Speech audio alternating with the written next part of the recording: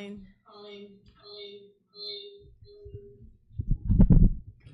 Yes.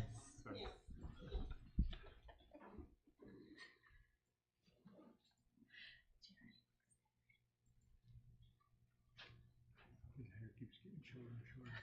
It's growing out of convene.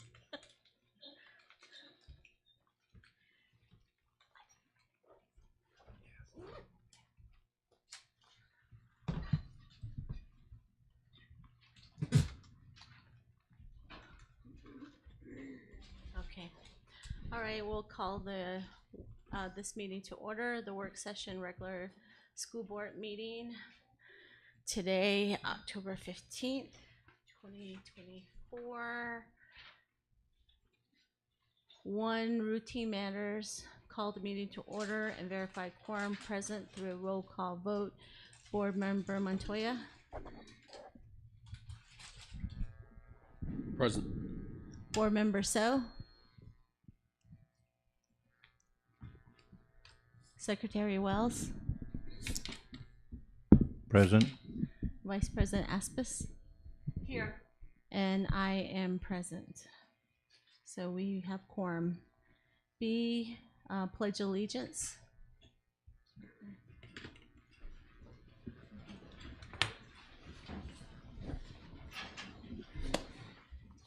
Pledge allegiance to the flag of the United States of America and to the republic for which it stands, one nation under God, indivisible, with liberty and justice for all.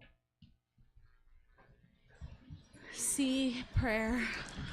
By Secretary Wells, can you honor us with a prayer?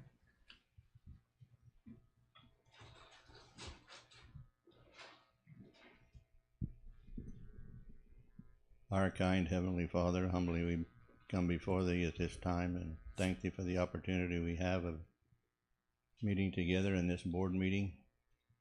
We thank Thee for the freedoms and the privileges that we enjoy. We ask at this time that Thou would be with us in this meeting, that we might have a spirit of cooperation and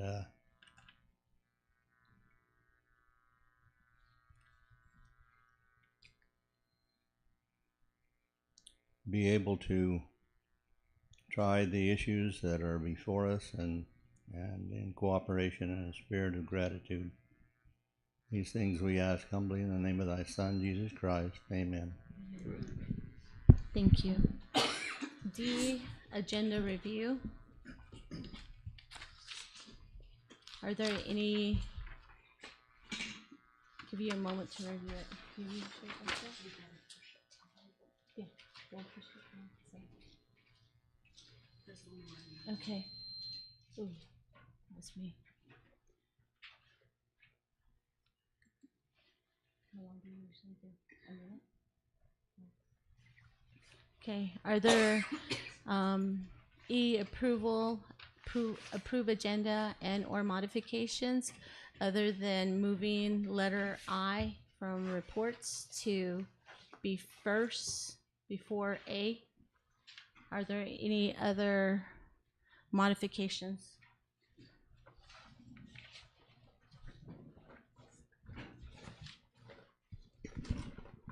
Madam President, make a motion to approve it with the changes that you just so stated. Second. Roll call vote. Board Member Montoya. Yes. Board Member So. Secretary Wells. Yes. Vice President Aspis. Yes. And I vote yes. Number 2, comments from the audience. Sharon, are there any comments from the audience? Okay. I have one. I can read it. There's none in person. My name is Alyssa Begay. I'm a lifelong resident of our county and have been a student in our great district. My team at the Farmington Women's Business Center would like to help build our students and parents' financial capacity at no cost. The resources available to our clients are consultations, classes on how to form their business, credit and finance-specific consultations, marketing classes, etc. I wanted to reach out to you to see if you would consider a presentation from our organization to your board about what WESST West could do to build financial capacity in our community. It should be mentioned that we had one successful meeting with CCSD staff, but our emails and messages had been unanswered after numerous attempts. Rebuilding Native nations has many paths. It is my hope that we partner with CCSD to build financial capacities of families and students. Contacts for Farmington Women Business Center, Don Facca, Director of West, and Janelle Henry, Administrator for West, should you have any questions. Thank you. 3 board and superintendent reports. A, any board member reports? Any reports from the board? I'll go ahead and start. As some of you know, I attended the New Mexico School Board Association Legislative Resolutions meeting, and there were quite a bit of different actions. I think of approximately 25 different proposals that were submitted, and there was quite a few with no action because it aligned with the Superintendent Association and some of the other legislative committees that are being addressed during this next legislative session. But one in particular that really stood out was a proposal from, I gotta get this right, submitted by Hobbs Municipal School District, and it was titled Reestablishment of the State Board of Education and State Superintendent. Basically what they're wanting to do is take away the political appointment of the Secretary of Education and have a Board of Education for the state of New Mexico actually appoint or elect a superintendent of schools. And I had actually made the suggestion that it should be an elected position throughout the state where the people of the state of New Mexico have a voice in deciding who they want as their superintendent for the state of New Mexico. So those conversations will be happening, and hopefully we can get enough support from all the school boards from around the state to pressure the state legislature this time to change that. And if they do, then it would be on a ballot initiative where the people would vote to take that appointment away from the governor and put it in the hands of the people. So hopefully that will be successful in this next one. And for context, how many superintendents have we had? More than us in the past 5 years, without exaggeration. Almost every year that we've had a superintendent in the past, I think this is the 5th one since the current governor has been in office. And what that does, it affects continuity throughout the districts, throughout the schools, that lack of leadership. As it does in any business, any organization, you have to have that stability. So that's why everybody was in clear agreement to do that and support that. Okay, thank you. Any other reports? Yeah, go ahead.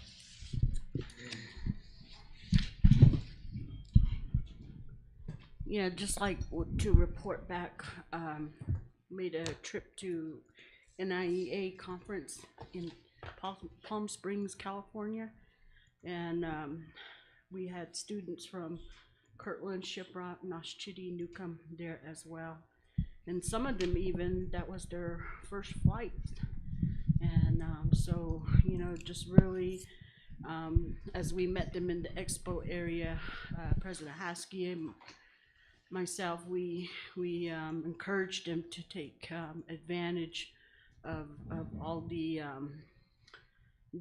representatives there and ask a lot of questions and look at their programs and and keep in contact. And so a lot of them were new. I told them, don't be shy. This is the time to really get out there and know what you want, and even if you don't, there's programs still that will help, and it's just a matter of reaching out and keeping in touch with those people. But it was good to see them and their chaperones, and for them to see other tribes and other students as well. But one thing that as you all know, we are impacted by the closure of San Juan Generating, and and that's directly tied to the loss of families. And then when you lose families, you lose students. So our student count is way down, and whereas our homelessness rate has shot up to 700%. And so we're in a crisis, and then that affects funding. It affects the money, affects the money tree, to where we had to have our superintendent reorganize and restructure. And so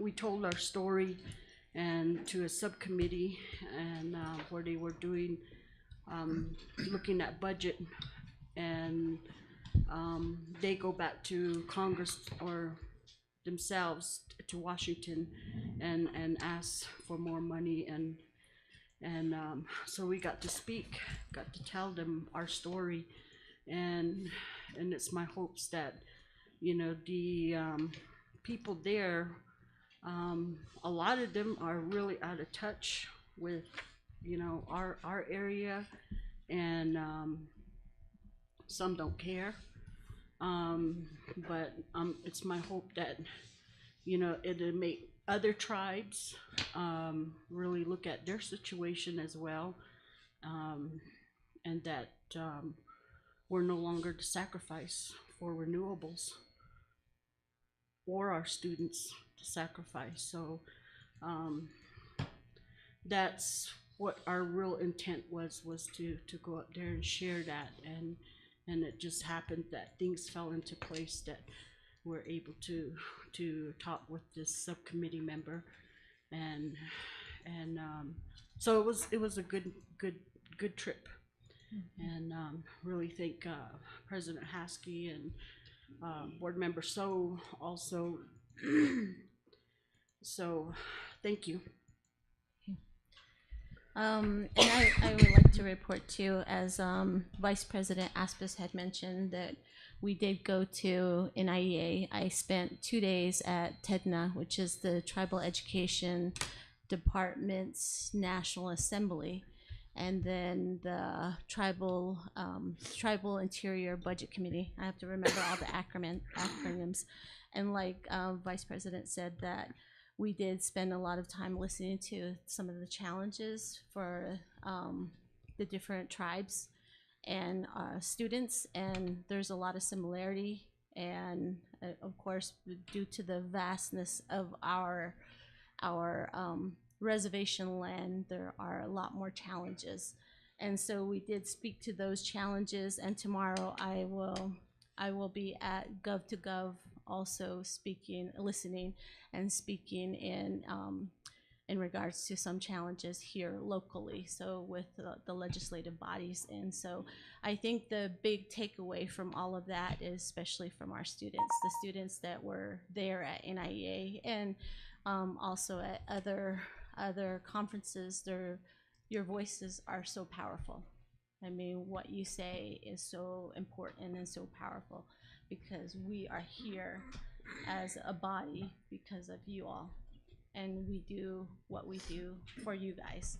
So your voices, how it impacts you, all the programs, how all these things impact you, what you say, your comments, all of that is really important.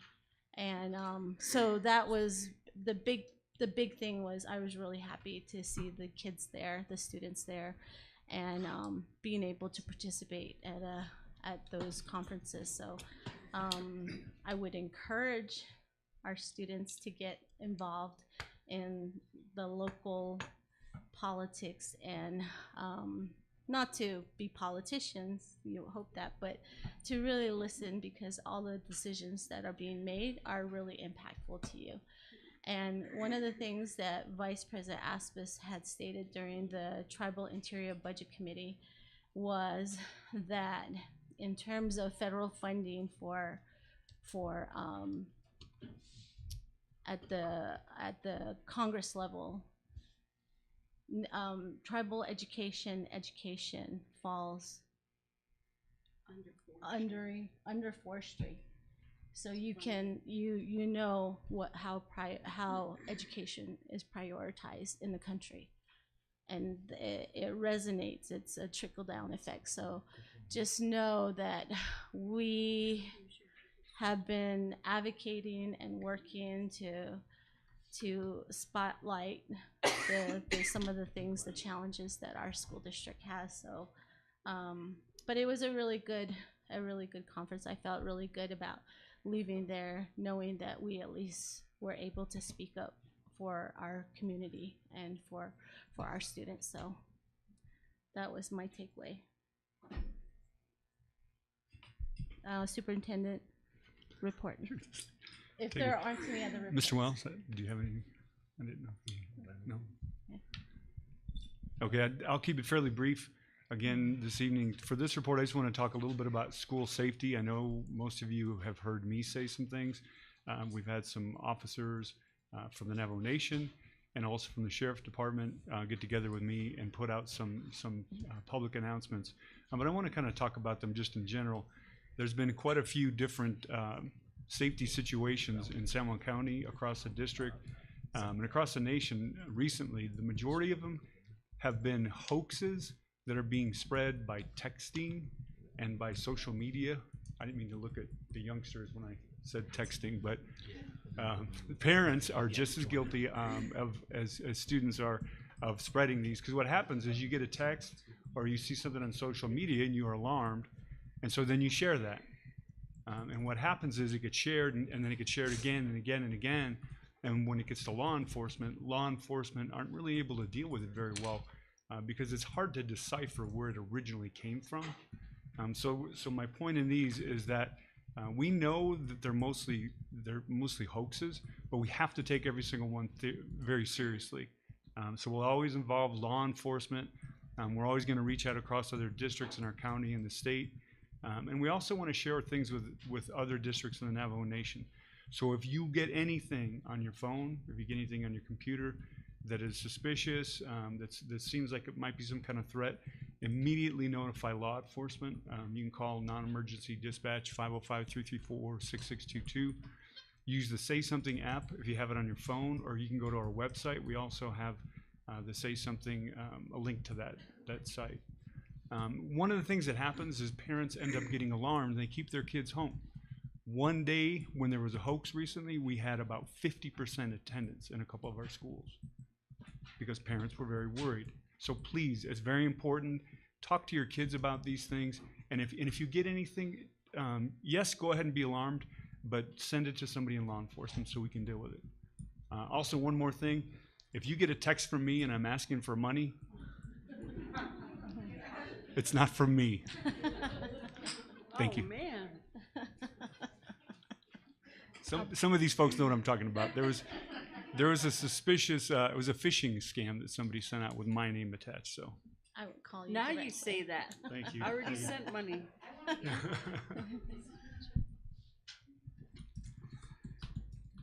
That's it. Okay, thank you. You're Thank you. Number 4, reports, starting off with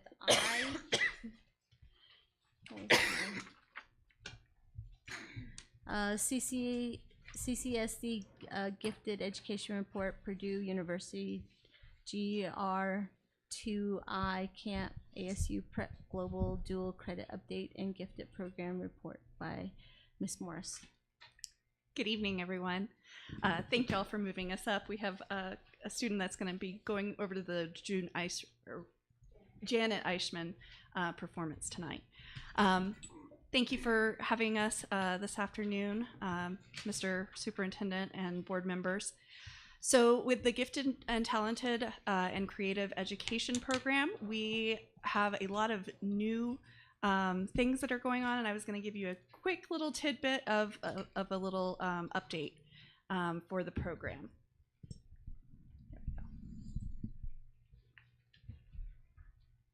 So last year, in January, we started looking at implementing the new rules for the 2023 Gifted Technical Assistance Manual for the state of New Mexico. At that point in time, Sharon, you can go ahead and go to the next one.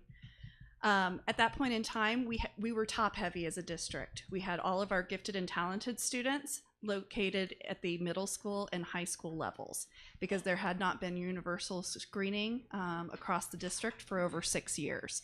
So last January, we started to look at universal screening. So we tested 297 third graders, and then we tested over 200 referral students that were K through 12 that were referred by parents, teachers, and community members.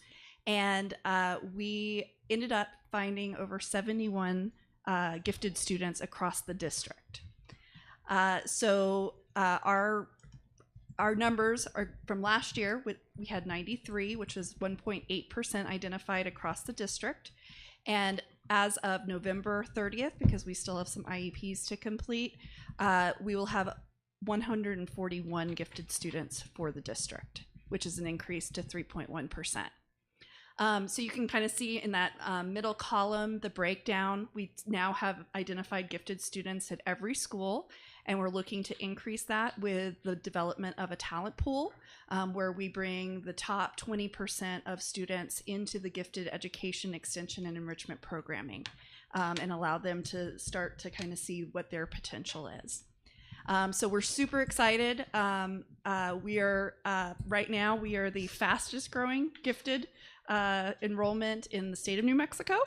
And so we're very excited to have that right now. So next year, we're going to continue with our screening and our referral systems. On average, in the United States, usually between 8 and 12% are identified as gifted in a district. So we are a little bit below, but we are progressing towards that more national average. So the way we're doing that is with universal screening, which is where we give every third grade student across CCSD the screening test. They get to look at words, numbers, and puzzles.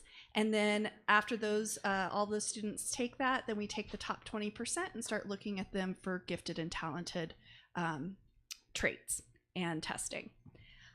So we're doing that in October of this year. We actually had our first students at Mesa and EBS take theirs this morning.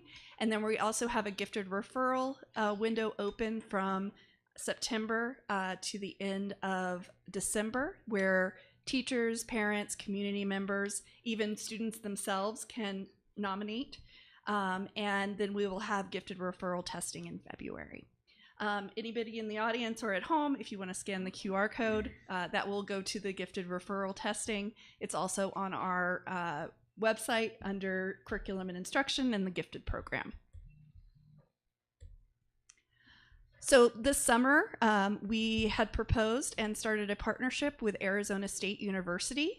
We had two partnerships, actually, one with the high school, which is Global Digital Prep, and then one with Arizona State University College. So we exceeded our expectations.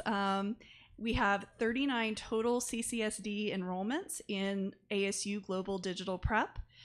This is allowing students to take part in advanced, rigorous curriculum within their home school, and we have them spread out throughout the district.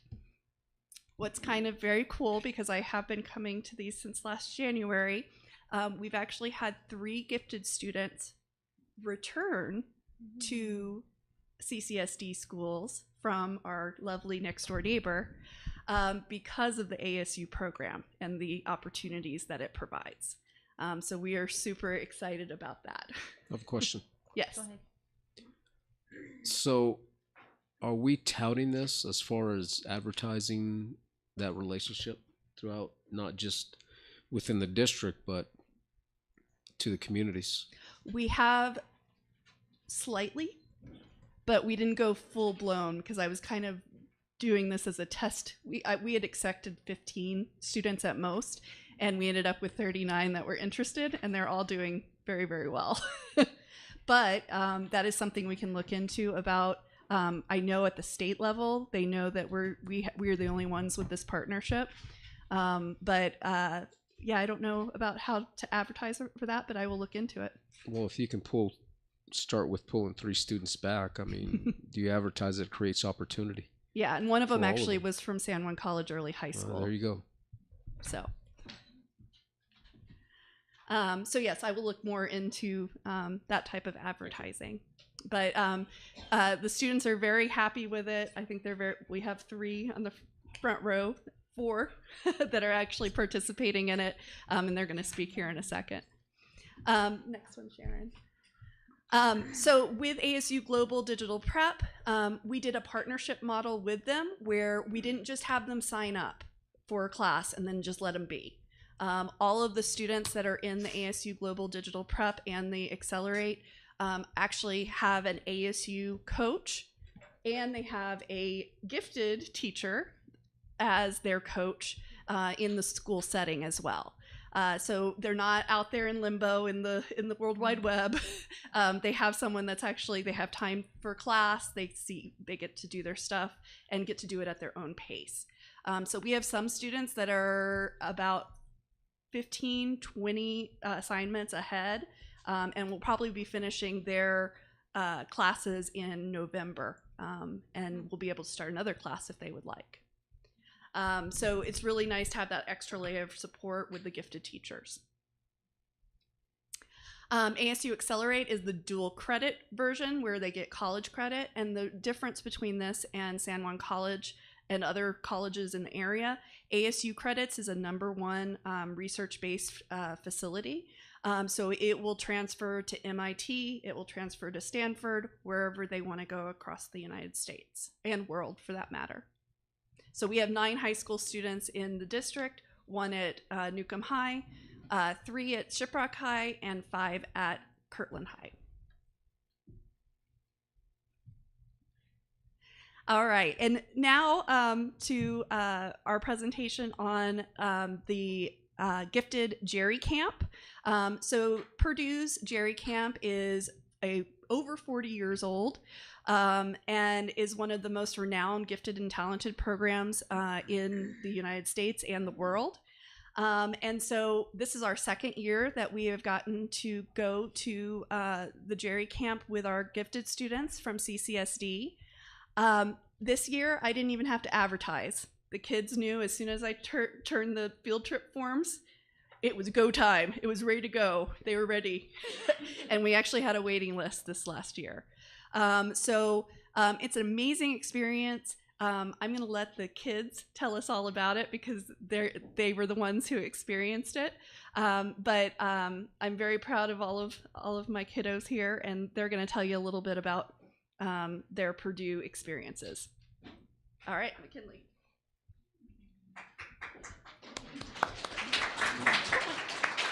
Hi, I'm McKinley Pierre. I'm a sophomore at Kirtland Central High School, and I was very lucky to attend the gifted camp this year.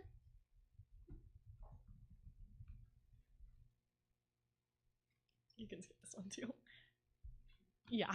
Okay, so at the very beginning of the week, we got put into groups with a bunch of different girls, and you had to come up with your own names. So the name of our group was the Avengers, just because it was funny. And then our counselor's name that we had was Lexi, and she was super fun. It was her first year doing it, so she had to learn along the way with us, but it was it was a good time throughout the entire thing.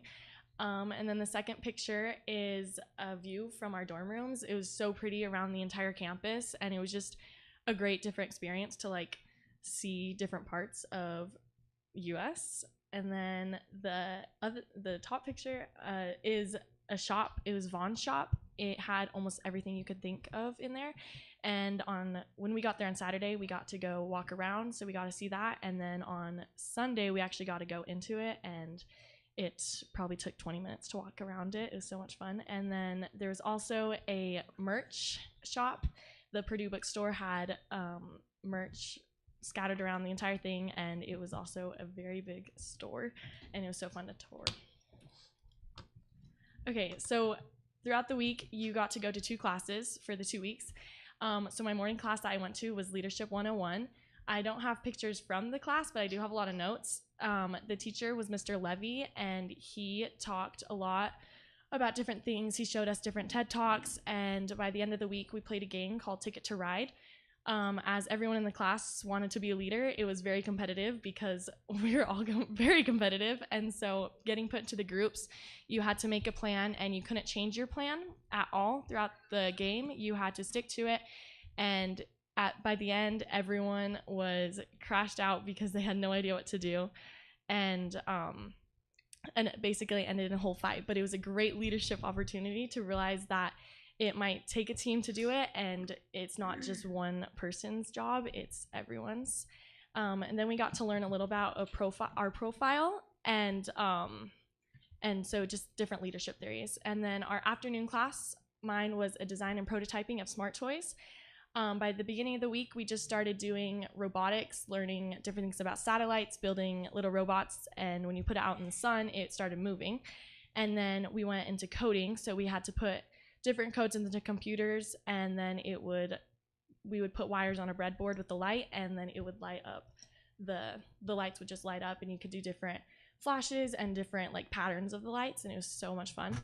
And then I'm a really bad videographer, but those are kind of things that we did. And by the end of the week, we got to build robots. They gave us tools. They didn't give us any instructions. We had to find out how to build the robots on our own, and then everyone put a balloon at the back of the robot, and we had like basically a war, and whoever could pop the other's opponent's balloon first won. So that was super fun.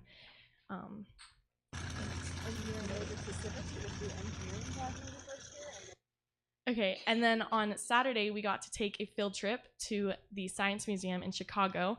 And it was just an hour drive, but it was so much fun because me and one of my friends sat in the front of the bus, and the bus driver was so funny, and so we got to talk to him and make new friends along the way. And then those were some of the views. And then at the very bottom of the museum, the last picture, there was an entire farmland with like actual tractors and a bunch of different farm equipment in there, and it was so fun to look around it.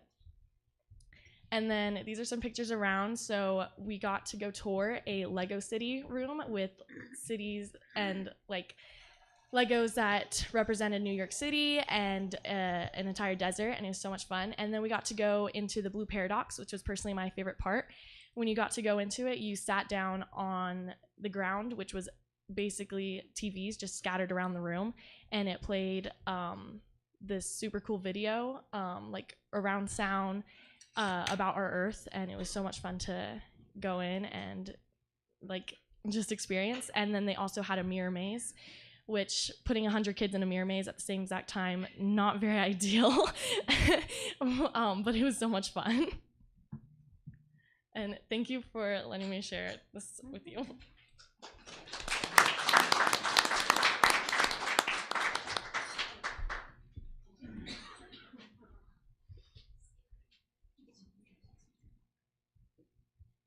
Hi, my name is Denisa, though I do prefer to go by DJ since it's easier to remember. I am currently a senior at Kirtland Central High School. I don't have as many pictures, which is a good and bad thing. The good side of it is that I was having too much fun to be on my phone. The bad side of it is that you guys can't see my experience. But this was actually my second year of being at Purdue University. Last year I was part of the guinea pig group, so that was just the first group to go out to Purdue. It was a really fun and exciting experience since it was my first plane trip ever. We went to Durango Airport first of all, and then we went to Denver Airport before we finally landed in Indianapolis and took an hour drive to Purdue campus. So obviously it was a bunch of traveling. It was tiring, especially doing it all in one day. And since everybody was new in the group, it was just allowing you to kind of talk to other people and figure out where they're from, if they have different backgrounds and such. The schedule for every day, obviously we got a dorm room, which was really nice. My first year I got selected a random dorm mate, which is, you know, very good for social skills. This year I was actually given a dorm mate right here.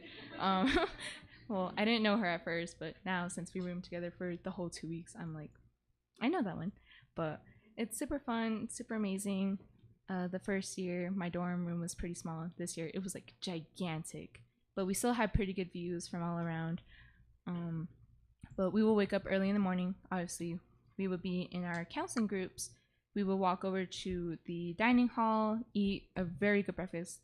The menu there is so amazing. I can't get over it. I'm sorry, but it was really good. But obviously, you know, we're fed. We're given a nutritious breakfast that we choose, and then we head to our AM class. This year, my AM class was music and mathematics, two of which my favorite passions. But it was more mathematics and music, if I'm gonna be honest. I don't have my notebook and I don't have pictures of it, but it was a bunch of writing, a bunch of notes. We actually did college level calculus. I think he said 1 and 2 within the 2 weeks, so it was a pretty big jump, but it was easy to follow once you got into a rhythm. And then after the AIM class, we would go back to the dining hall, have lunch, and then we would go to our PM class. And this year, my PM class was actually, I don't remember the name, but it was with Mr. Levy, and he's more of a history and games guy, but he's super fun. I learned a lot in that class, and since it's about board games, he likes to switch up our groups, make us interact with everybody else for the 2 weeks. After the PM class, we would actually go back to our dorm buildings, take time to cool out, and then we would go to our counseling groups. We would talk about different topics. I think one of them was about what we perceive a word as, such as family. And we would have that kind of discussion before we go back to our rooms for at least 5 minutes, and then we would head to dinner. After dinner, we would head back to the dormitories, and then we would have, you know, some fun recreational time, games such as tag, going to the rec center, having some fun exercise, and just overall being interactive with everybody. So that was the schedule. All I can say is that it was really fun, and it is a really good opportunity for any student who goes, because you are, since it is a global program, you're able to meet people from other countries, other states. I actually am still in contact with some friends from Greece, China, Korea, and just all around the nation. And so it's super fun and just overall very exciting, especially once you get to, you know, make friends. And yeah.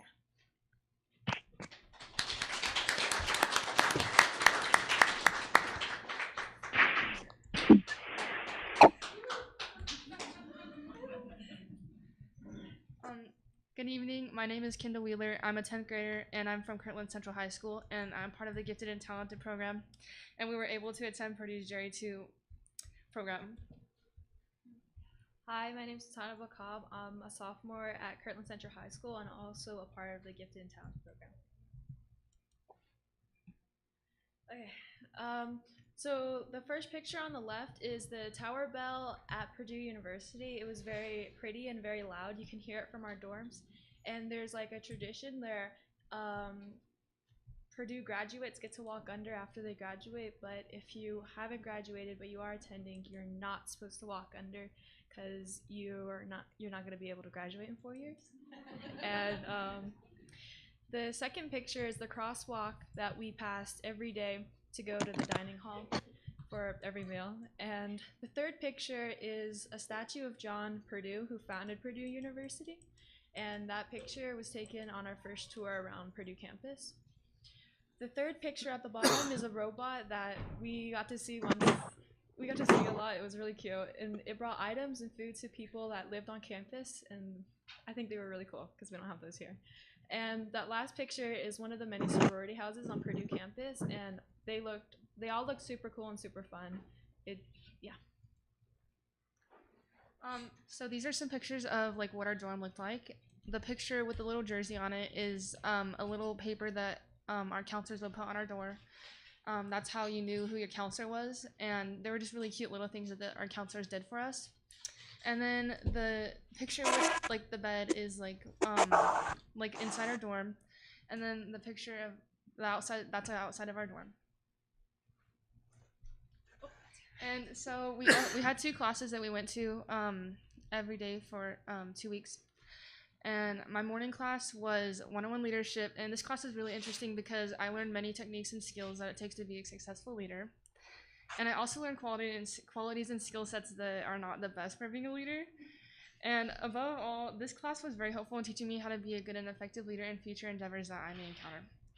And my afternoon class was evolution of ethics. This class was so eye-opening for me because I don't usually take classes like this, so it was just incredible that I got to experience that class. Evolution of ethics was definitely my favorite class just because of how new and like different it is to like from stuff I usually take. And some stuff we got to do in that class was to debate about different sides of real-world problems and dilemmas such as animal testing, euthanasia, and the Tuskegee syphilis study.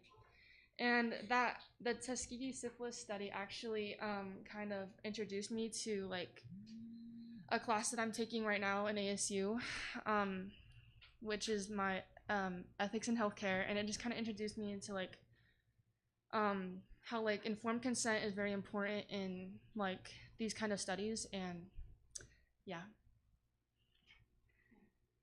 So the first picture on the bottom is the unfinished P, which is dedicated to students who were unable to finish their education at Purdue for one reason or another. And the second picture on top is one of the 4 fountains that were around Purdue's campus. There's a tradition every year where students run through all 4 fountains, and during the second week we got to run through one of them, and it was so much fun. And the third picture is a water fountain that you can actually drink out of, and it's really cool. It's a lion, and it's supposedly it's good luck. The last building is a building dedicated to Neil Armstrong, since he attended Purdue University, and that building I passed every day for my morning class, and it's very big and it's really nice. This was our Chicago trip to the Griffin Museum and Science Industry. These pictures were taken in the James Bond section of the museum. There was a lot of different sections, but this one was my favorite.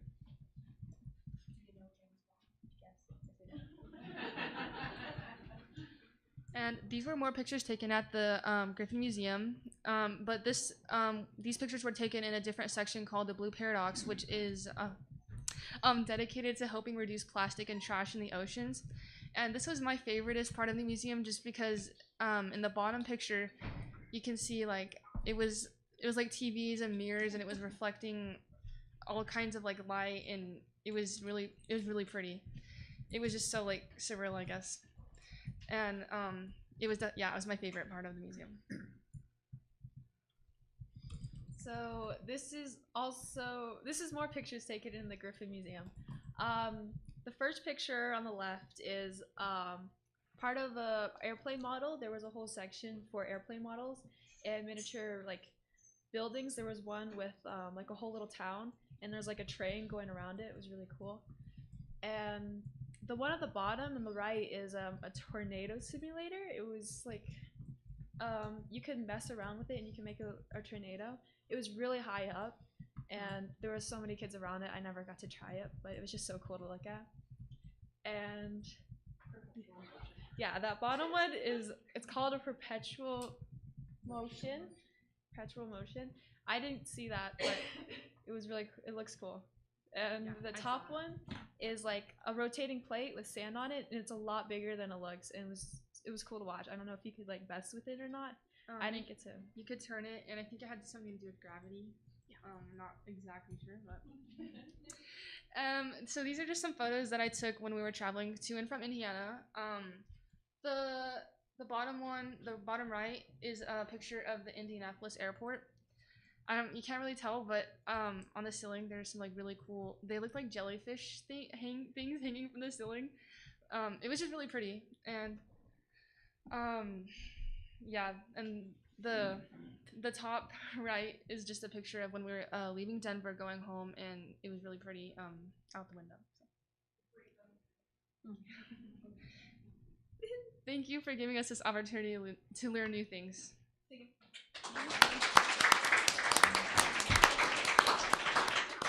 Does the board have any questions for any of our students? Yeah, I'm trying to text my daughter to see what that that interactive museum that you kids go to. It's called the Explora. Griffin Museum of Science and no, Industry. no. You This mean in is like Albuquerque? in Santa Fe and Oh, Explora? Vegas. Meow cat? Meow Wolf. Oh, Meow That's it. Meow Wolf. Was there That was the parts stab of in the that dark. like that? Not really. Oh, okay. Meow Wolf's on our bucket list. Oh, yeah. I was trying to. I couldn't think of the name, but Yeah. I think most museums are kind of like headed in that direction, you know, to interactive, and it's Yeah. really interesting how they do that. But yeah, Definitely. I would have loved to see that tornado one. All right. Yeah. Thank you. Thank you. Any other questions? Okay. No. Thank you so much. Thank you for the report. That was great. The other with the Purdue hat, how did you? How did you get here? Come on, Ashki. Oh. So Ashki is one of our middle schoolers, and this is the second year he went. Oh my goodness. What did you experience? I went to the classes too.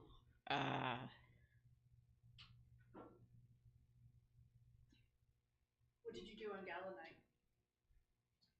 Which one was that? Oh, You were the I was the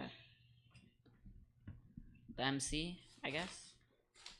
for the entire performance. Oh, nice. Wow. So.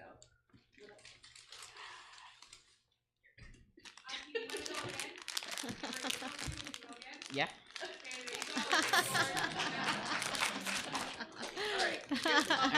Yeah. You want to sit with his work, his I have group? Okay. comment. And you know, when we attend these, you know, and to the students, I didn't even, well, the setting was native, all native tribes and things like that, but a lot of, especially back east, and that's in, I had to look up where it was, Purdue, but that's in Indianapolis. So, you know, a lot of, you know, I read some books and some authors that were raised from there. They were really surprised that natives still existed, and they think we're extinct.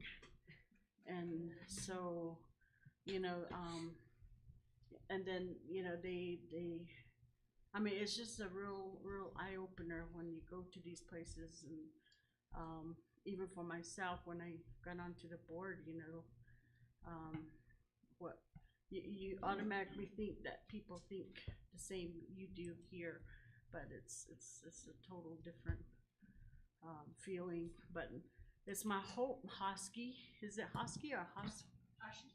Ashki. Boy. Ashki.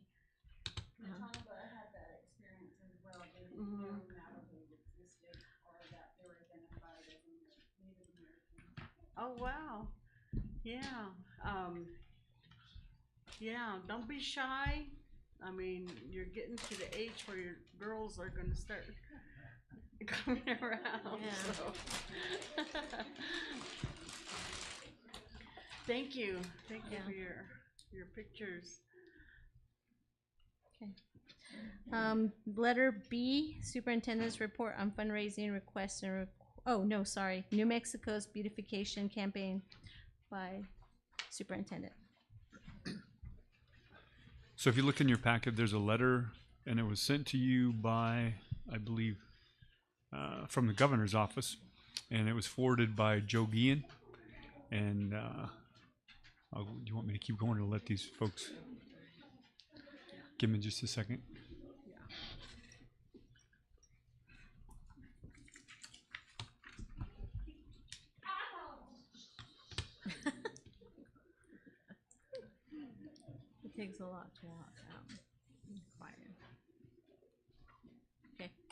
Here we go.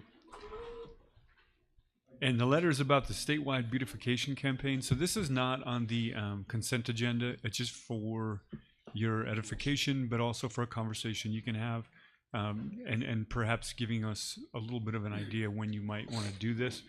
But it says, "Dear school board member, I hope this message finds you well. I'm reaching out to you as the state prepares to launch a new campaign dedicated to state beautification and litter cleanup efforts. While we can't share the details of the new campaign quite yet, this initiative aims to support and augment ongoing efforts to keep New Mexico clean and beautiful. We're reaching out to school boards, beautification groups, and other community-based organizations and communities across New Mexico to ask for assistance in amplifying the message of beautification and cleanup. We're asking these groups to organize and take part in a cleanup event in their community between October 18th, 2024, which is this Friday, and November 15th, 2024. Our office can provide a planning document template that can assist your organization in the steps necessary to execute a successful event. In most cases, trash bags and litter grabbers can be provided by the New Mexico Department of Transportation. Your event will also be posted on a new website dedicated to the beautification campaign that will provide information about ongoing cleanup events throughout New Mexico. Our goal is to provide a comprehensive resource for the community, showcasing both public and private efforts to enhance the beauty of New Mexico. We greatly appreciate your participation in this endeavor as we launch a new effort to reduce litter and trash in the state and preserve the natural beauty of the land of enchantment. Please reach out to Jesse Guillen in the governor's office. Oh, there's the number in the email for more information or to answer any questions you may have. Thank you very much for your support and collaboration in making this campaign a success."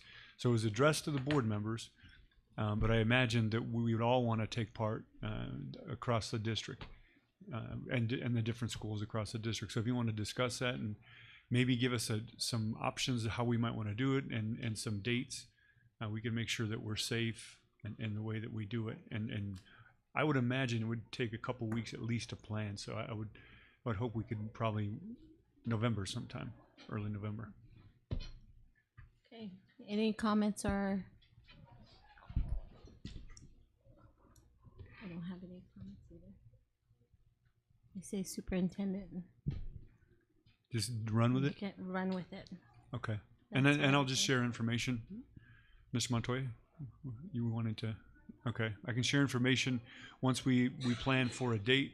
We'll let everyone know, board members, district personnel, and we'll plan an event very soon. We can do it, So what about, one in each of our communities, I mentioned. Mike asked about trash that's, not a special, say, LED batteries, that type of. You bet. And I think there'd be some warnings about safety hazards as well. And is she gonna pay, or is the office gonna pay for those fees? For the collection fees? Mm-hmm. I can reach out. We can find out. I imagine if they don't, that they wouldn't be exorbitant, and that we could probably, maintenance folks could probably take care of that. And then I believe they only take one truckload a day. Any from one person. I don't know how they would do that with the district.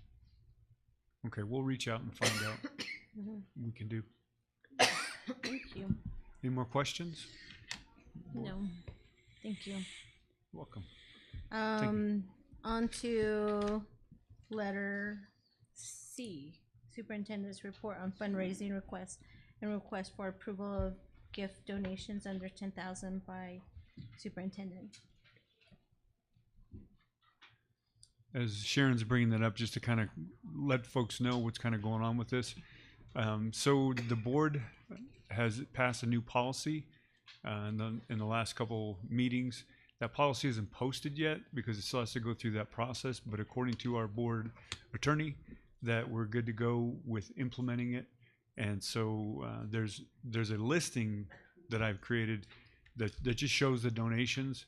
Now, board members have in their packets each of those individually, the exact donation. So this is just kind of just a real quick, here's what they are. If you want to look through the packet, you'll see the different requests. But the donations are as follows, and I'll go through them. Andrea's Kitchen for $225 for the Filipino American cultural shows. I don't know exactly hopefully I won't mess that up. Ferdi Sarim for 2 computer monitors for parents as teachers.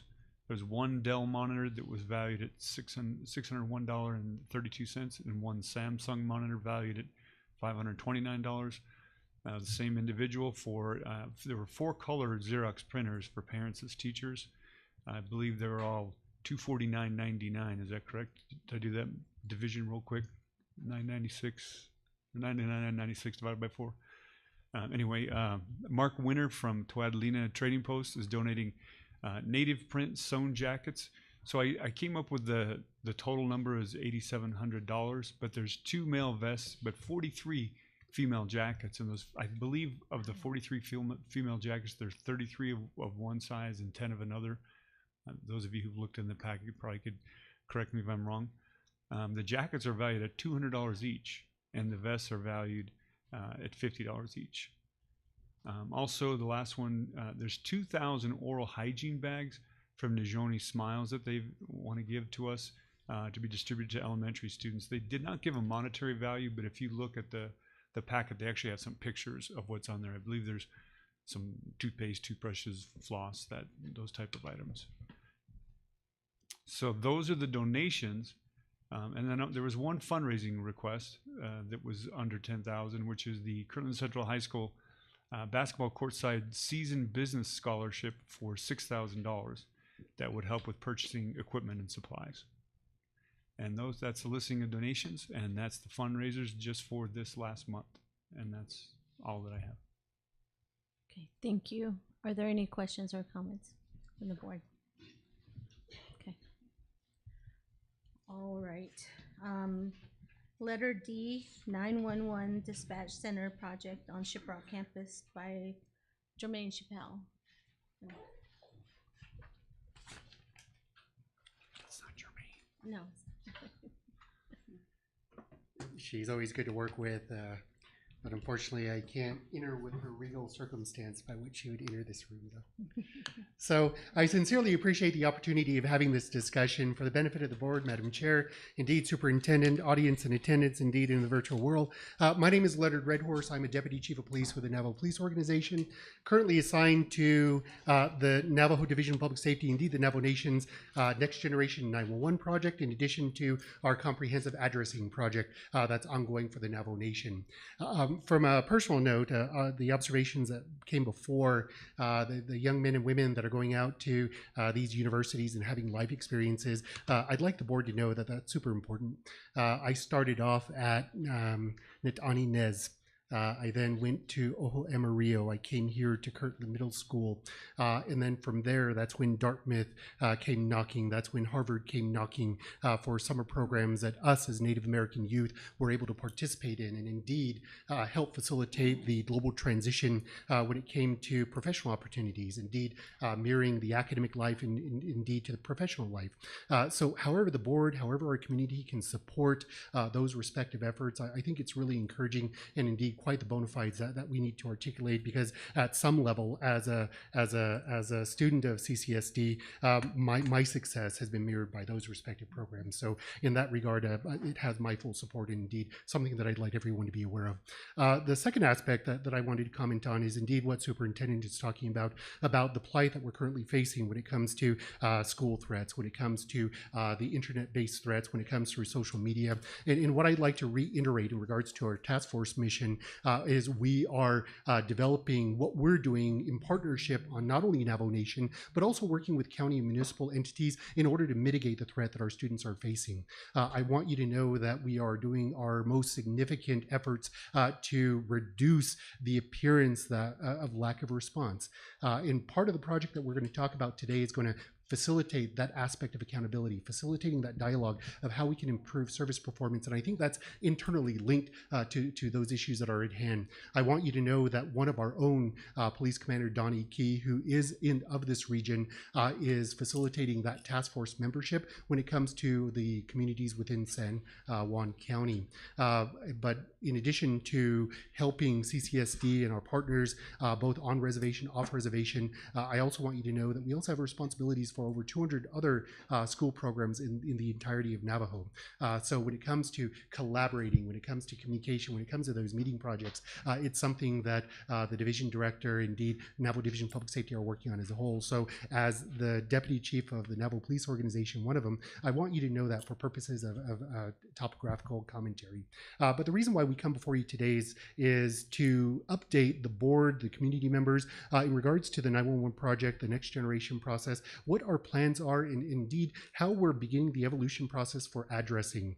Here on the county side, the municipal side, being able to have 17 County Road 6410 is a natural attribute. But when it comes to bus routes, when it comes to facilitating target core audiences for purposes of academic affairs, let's say at the housing complexes in Ojo, or indeed you go out to the housing complexes in Nashidi, that becomes more challenging, especially when your directions are 5 miles east of the chapter house, past a white tire, under a tree, brown house, next to a mobile home, right? And in that regard, those are those systematic processes that we have had a very significant investment with ARPA-related funds for $35 million in order to enhance those attributes for our community members. And one of the biggest things that we're coming across is the actual physical location of one of our communication centers. I want you to know that Navajo Nation, Navajo Division of Public Safety, we've had a history of quality partnerships with CCSD. I know the main administration office there in Shiprock at one point in time was one of our annexes through a lease process. And from there, we also had our development processes when it comes to ensuring that we had 2 officers over a pilot project dedicated to CCSD. And I believe that was 5 years ago now, in regards to how we ascertain those responsibilities. But one of the benefits that we have for today's discussion is identifying how the Navajo Nation, the Navajo Division of Public Safety, desires to physically place a modular building that centralizes all emergency radio communication, all emergency phone calls coming into one centralized location. And we feel that the complex area around the high school in Shiprock, it has numerous benefits.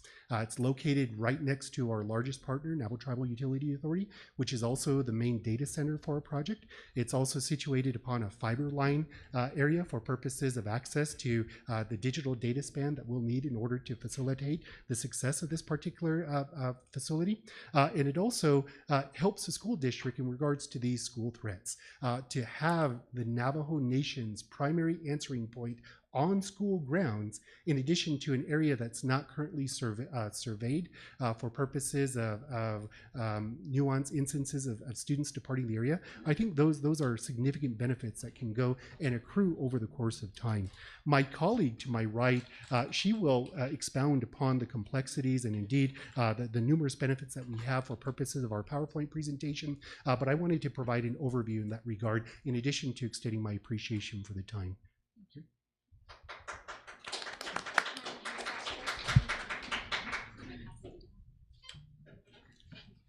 Thank you. Good evening. I appreciate the opportunity to come and speak with you. My name is Carrie Gonzalez. I'm working with the Navajo Division of Public Safety through a partnership, through a contract from MTM Solutions as a project management group for this project. So I do want to give an overview of the project in its totality so you understand how the 911 and the rural addressing come together. And just a high-level overview, we won't get too deep into the technical aspects of it, but if you would go to 2 slides over, please. Thank you. Again, this is an ARPA project, so it does have a timeline. The project for the rural addressing and the PSAP, Public Safety Answering Point consolidation, as well as we're going to talk about Next Gen 911. The timeline is the end of December 2026, so we are on a very fast timeline. We are moving great on this project. The rural addressing component, what the project is doing, the vendor that, the encumbered vendor of this project is taking existing data already on the Navajo Nation, plus counties, municipalities, building base layer maps, and then going into the field, actually driving every road of the Navajo Nation in each chapter, doing chapter community outreaches with them, and collecting the data as they go through GPS units in the vehicle. They're also hiring Navajo drivers. They're making sure, and Navajo technicians and individuals that know the community, know some of those nuances of the roads, areas that may not be seen right away from driving or from an aerial imagery, a sheep camp or something of that nature. So they have individuals in the community that are helping with that. And you'll see a demonstration of this here in just a moment, but they're collecting addressable structures, houses, schools, churches, hogans, anything that there would be a life where there would be a potential emergency. In addition to that, they're collecting what they call reference points. So those are maybe bridges that could be easily washed out, or fire hydrants, just things of importance that we need to know, sheep camps again. The PSAP consolidation, what we're doing is taking all 7 dispatch centers across the Navajo Nation and consolidating into 2 primary public safety answering points. You may be very familiar with this. Superintendent gave the phone number for non-emergency dispatch here in San Juan County, 505-334-6622. That is a consolidated PSAP, primary public safety answering point for San Juan County. Across the nation today, there are 7 dispatch centers that are spread out for each district, with potentially 1 or 2 dispatchers working at one time. So this enables them to work as a team together for the communication flow to be a lot smoother. We are actually placing one in Kayenta. The Kayenta Township has agreed to be one of the sites for the Western PSAP, and we're here today asking for that for Shiprock for the Eastern PSAP. If you could go to the next. Just some components to the Next Gen 911. One of the things that we did in 2022, 2023 was a feasibility report. We did a study across the entire nation to see if the Navajo Nation is ready for what we call Next Gen technology for Next Gen 911. A lot of the states, New Mexico included, Arizona and Utah, are moving to this next generation 911, which is really just taking the data from your phone to transport that 911 call with real-time data versus hitting towers and doing what they call a triangulation. The Navajo Nation, because of all of the broadband projects that have been going on the past several years, we proved that the Navajo Nation is prepared for next gen. So we are able to leapfrog over legacy 911. Today on the nation, if you call 911 from your cell phone anywhere on Navajo Nation, it will be transferred to a municipal or county PSAP off nation and interrogated and then transferred back in. So this project is going to significantly reduce time delays of emergency responders. Components within that the dispatchers here on the nation will be able to receive is call handling equipment, radio equipment, recording equipment, some of the technology that you would see in a primary PSAP that receives those calls, actually plots the location on a map so they have a visual, and the ability to have high intense technology at their fingertips. The next gen component, again, that's just that transport, taking the call and delivering it to the right public safety answering point the first time. And that is done through what they call geospatial routing. So the accuracy of the addressing on the nation is vital for the next gen 911 component to work. If you could go to the next, please. This is a little bit about the rural addressing project, and it's actually a little bit outdated because it says the field teams, we indicate that they will be working in these highlighted areas. And great news, exciting news, in Upper Fruitland, that was a pilot project, has been completed. The chapter was driven in 6 days with collection of data, and then 24 days for the aggregation of the data, completing the address points, reference points, assigning addresses, and it's now in review with the chapter officials to just make sure we didn't miss anything. The Loop chapter out on Western Navajo, that was actually driven this last week. It took them 3 days to drive the chapter, and now they're sending the information back to the technicians to be able to aggregate that. Starting next Monday on the 21st, Navajo Mountain will be the next chapter driven. And it shows 3 different colors Those somewhat indicate phases, but it's not really going in phases because there will be 3 teams throughout the project in 3 different trucks, team members, again, with Navajo speaking individuals that can communicate to the public. We do advise the public that they are not asking for personal data. They're not knocking on doors and asking for that. They will talk to individuals if they have questions, but this project does not incorporate actually finding out how many people live there and so on.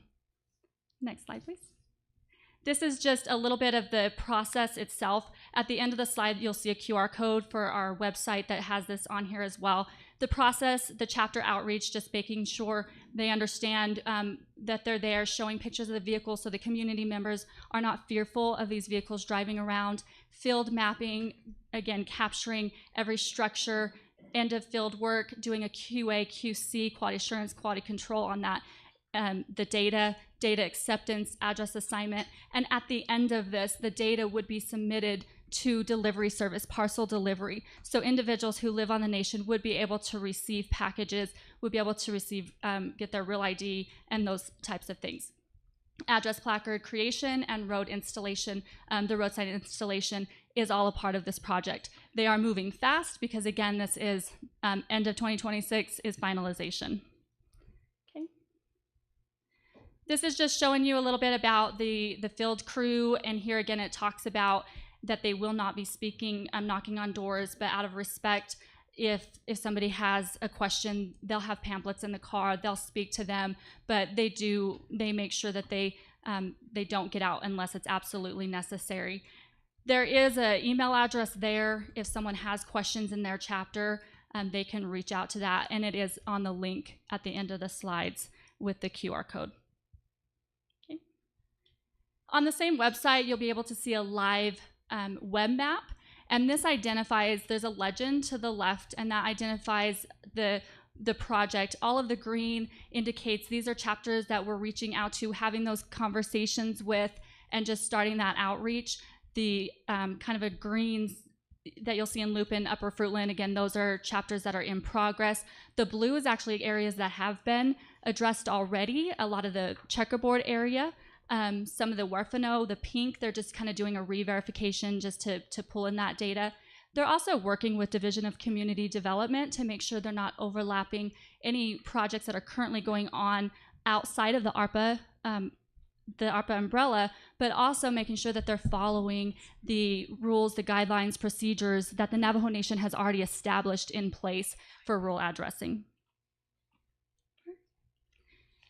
Again, on the Next Gen 911, just a visual to show you from a caller's perspective, calling 911, from your cell phone, it will hit the tower. All of the towers across the nation are regulated by the federal government, and they are required to have a backhaul to be able to deliver those calls to 911. So the nation just needs a 911 center to be able to receive those calls.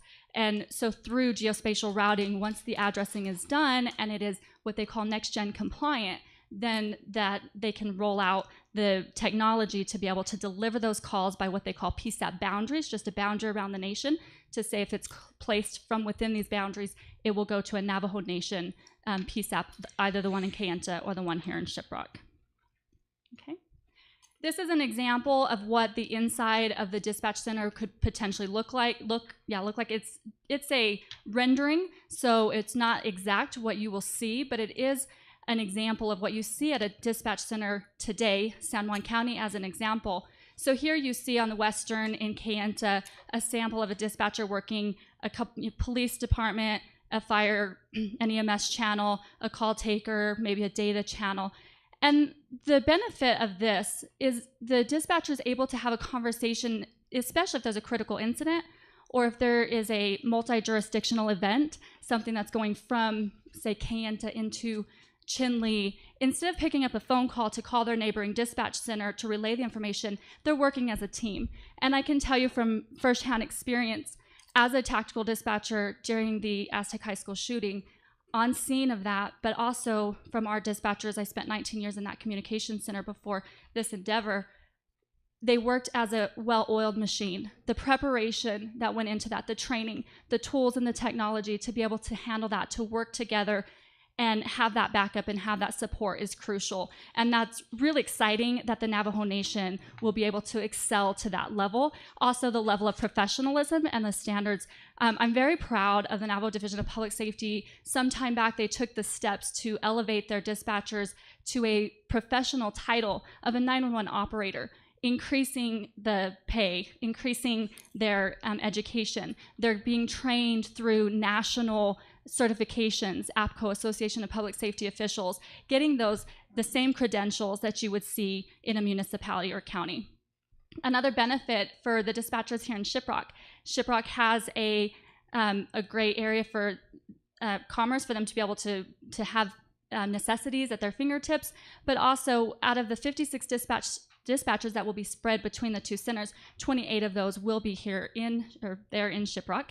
And so that adds to the local economy and helps support the Shiprock area. Okay.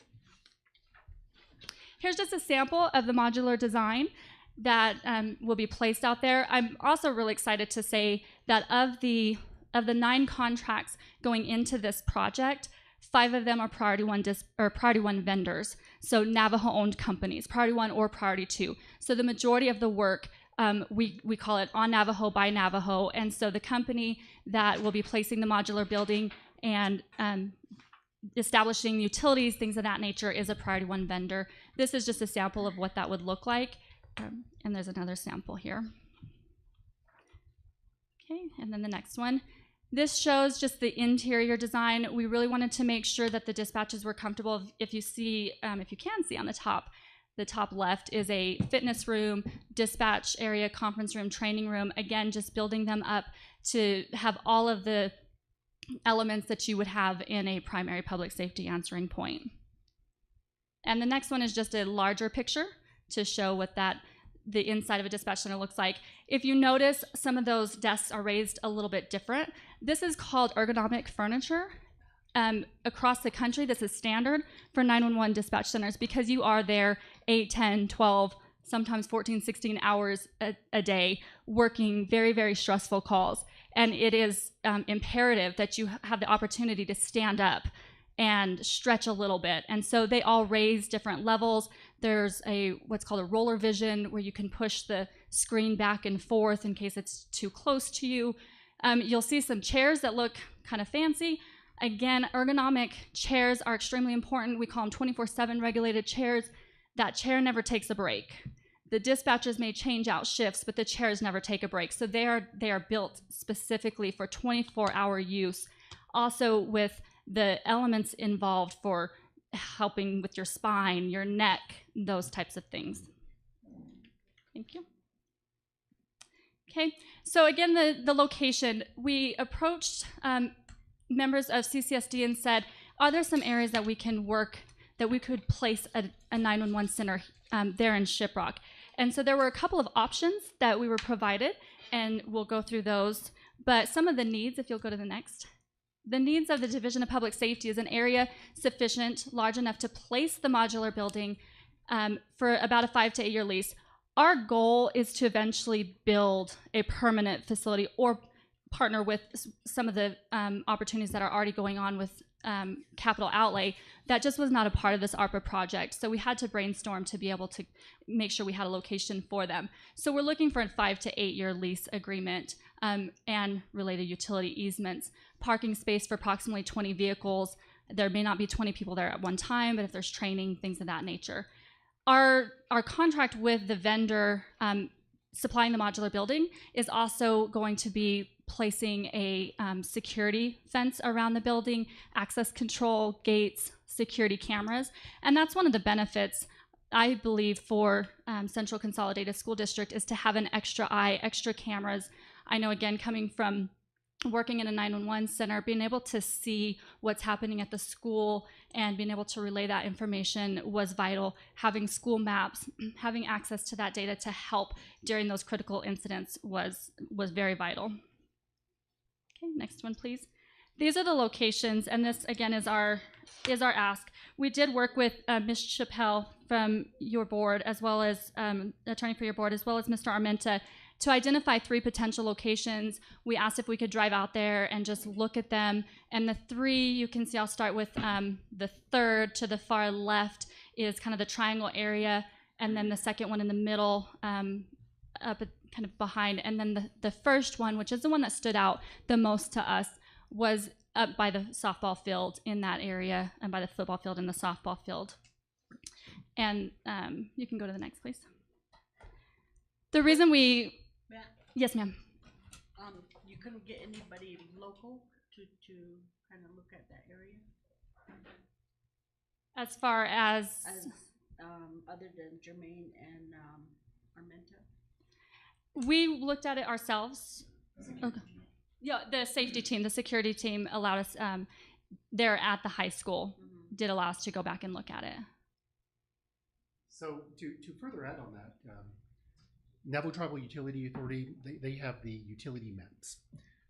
And one of the things that we determined for our assessment of those respective maps is the infrastructure development in play for water, electric, is well developed in that area.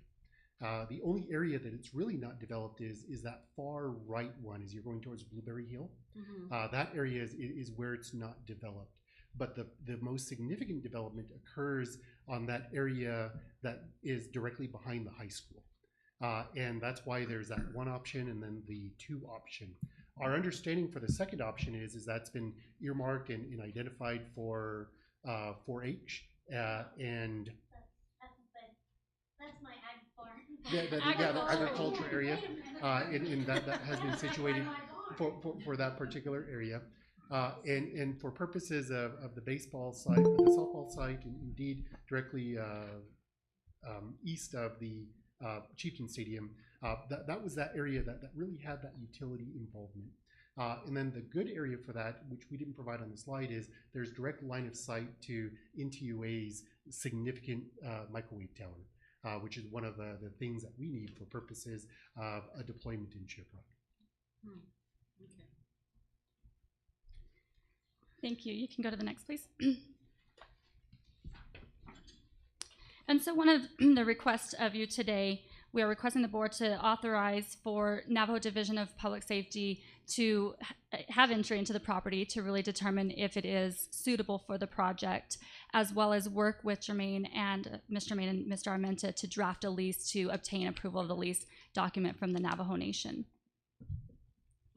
And the very last slide, again, just shows the QR code and the web address, as well as a phone number that is answered by a Navajo speaker and taken questions and then delivered to the right team member. We do have, on my particular team, we have 12 team members that have vast knowledge specific to elements of the project. I have a Next Gen 911 specific, radio specific consolidation. We have members on our team that have taken dispatch centers from 2 position to 17 position consolidation, and rural addressing, GIS technicians, as well as IT network. We just want to make sure that this is a once in a lifetime monumental opportunity for the Navajo Nation, and it's exciting. We want to make sure that every element is thought of and explored, and that the nation is getting a quality product. Thank you. Are there any questions or comments from the board? Board Member Montoya? Probably just from what they've explained and expressed, that would seem to be the most suitable location for that purpose. The only apprehension I have was the discussion I had with the superintendent about the CDL access for, or the possibility of developing a CDL program with San Juan College, and to utilize that general vicinity as well. And that would kind of impede that, wouldn't it? I believe it would, yes. Yeah, but I think certainly the safety aspect would preclude, and certainly if we can look for something else to try to address that CDL program with San Juan College, that would be helpful. We have a couple other options for that. Okay. One specifically in this area. All right, thank you. Secretary Wells. Go ahead, Vice President. As we stated, we talked to the budget, and one of the as the meeting was happening amongst the subcommittee members, one thing that came up was school safety, and I'm like, oh, do we have a lot to tell you, you know?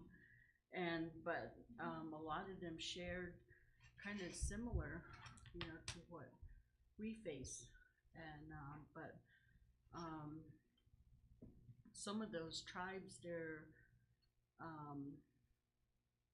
you know, they have that partnership, and I think there's very few too that have they're allowed to have guns, weapons, and but for Navajo, and you know, that's not allowed. But yeah, they address that as well as part of the funding, and they many times were saying that they want to get enough data, excuse me, to so they could get full funding. So in those areas, I mean, they had a whole slew, a whole list that they were still trying to organize and set up for November to do that. Thank you. Board Member So, do you have any comments or questions? Yes, I just want to express my sincere appreciation to the presenters, and of course our leadership team of the district for exploring potential partnership and opportunity for the Navajo Nation, the district, and of course the public safety to work in a project like this. I think it adds value to the district, adds value to the community, and furthers the interest of everyone on board that we're all in this together as stakeholders. So I think whatever kinks or whatever items that exist or potential barriers, I think we can work through this, and I'm ready to say let's move on this right away. Thank you. I also want to say there's some potential like additional partnership opportunities I can think of in addition to this, and I think one of them I did kind of mention to I forgot who it was, but it could even be like a career pathway for our students to even pursue careers in law enforcement, like a partnership between Navajo Nation and our district, as far as what are students looking at for careers after high school. So even like a Navajo Nation police or law enforcement career pathway that can be developed, because I know the Navajo Nation is facing a shortage of police officers, recruits that meet certain quality expectations and standards. So that could be another potential opportunity I think our different entities can explore as well, in addition to this type of project. Thank you. Okay. Any other comments or questions? Okay. I concur. I am in full agreement with Mr. So. I think it's a great opportunity for us to be at the forefront of this school safety and providing our whole community the chance, the opportunity to have a 911 call center. I think it's important, especially in light of all the things that have occurred in the past. So I think it's important. So thank you for the presentation. Thank you for the time and presentation notes. Thank you. Okay. Is that E? Discovery Observation Study Program for Recruitment by Ms. Aspis. No, this Aspis. Melanie Aspis.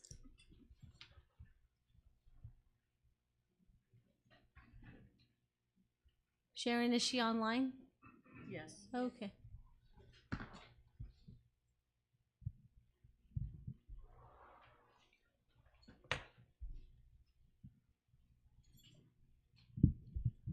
Is that her? Yeah. That removed the, oh.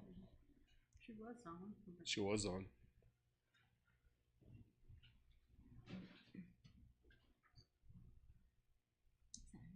There she is. Yeah.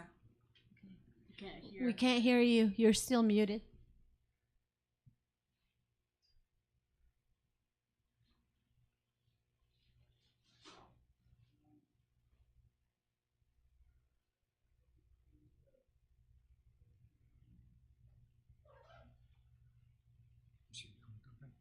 I don't see her moving. I don't think. Message her and ask her to unmute. Miss Aspis, unmute your microphone. Are you speaking? Can't tell.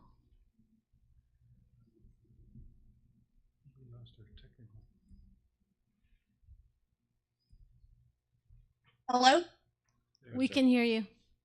Okay, sorry. I don't know what was going on with my phone, but thank you for being patient with me. Okay, now I'm gone again. Okay, all right. Thank you again. Hi, everyone. Good evening. My name is Melanie Aspis. I am with the University of Colorado, Denver Anschutz Medical Campus, and I am one of the project coordinators and field managers that we have on our site. We are a total of 4 of our staff that are in this program, and I'll go ahead and I'll let 2 of them introduce themselves as well. Hi, everybody. My name is Rita Aboud. I am a nurse practitioner, and I am the clinical research coordinator for the Discovery Project.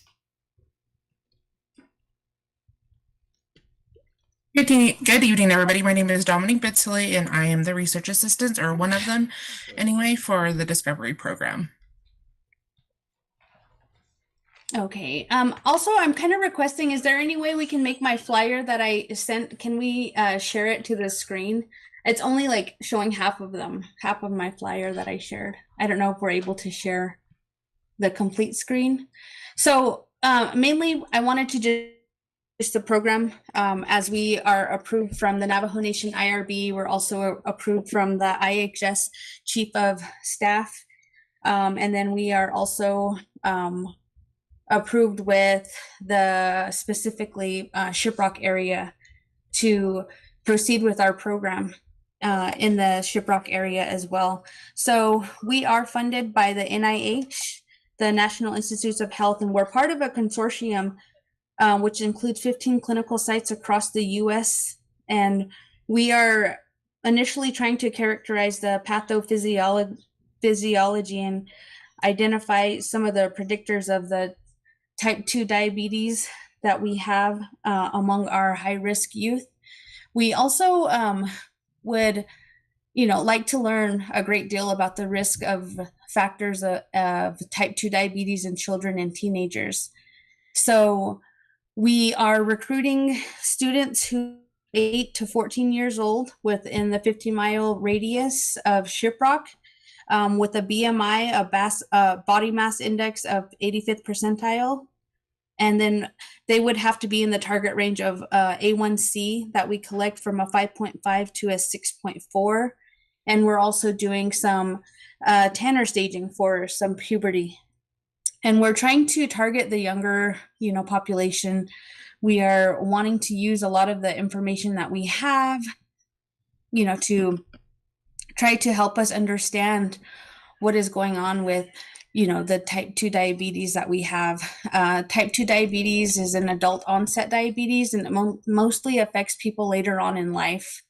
So now more children are being diagnosed with the type 2 diabetes, and doctors don't understand, why this change is happening, but they believe it's the family history, it's a diet, and also that the environment may all be a part of this. So the visits that we have will involve office and clinic visits that we have involving questionnaires, blood and urine tests, wearing the glucose monitor. And then we also wanted to note that there are no medications involved in this study. We are wanting to also let everyone know too that no DNA from Navajo youth will be extracted, stored, or analyzed in this study. And we have approved flyers, we have approved recruitment material that we are going to be issuing out.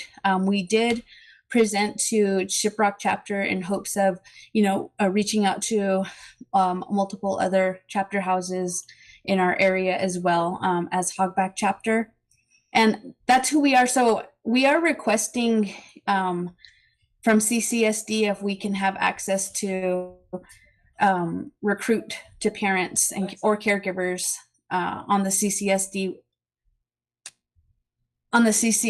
facilities when they do, like, when they're doing parent teacher conferences or student led conferences.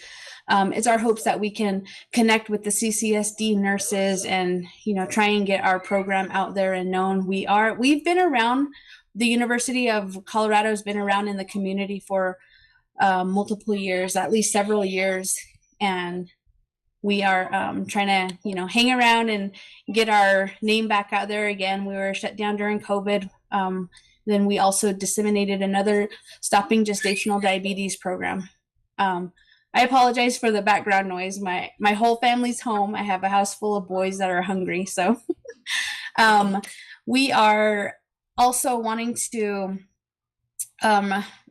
share our flyers that we have too as well within the community at some of the local community events that we have, like such as health fairs and organizations that we do have. Rita, would you like to chime in as well? Sure. Thanks, Melanie. Yeah, so the basic idea of this study, because I think a lot of people are like, another diabetes study, like how many diabetes studies are we going to do? The main idea of this study is really acknowledging the fact that over the years, people are getting diagnosed at younger and younger and younger ages with type 2 diabetes.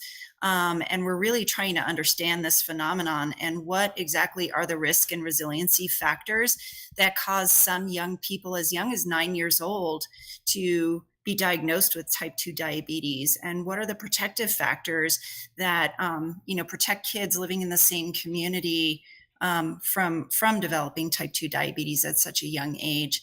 And so this study is just an observational study. There's no intervention involved. Just kind of collecting a bunch of information from surveys and questionnaires and some biological specimens by means of blood and urine, as Melanie mentioned, to try to just really understand comprehensively what is causing this shift, across the country, so that we can, develop those interventions with a better understanding of how to really target this and stop this transition. Thank you for that, Rita. Do we have any questions?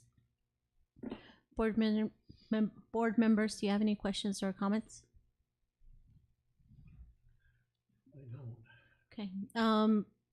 Board member So, do you have any questions?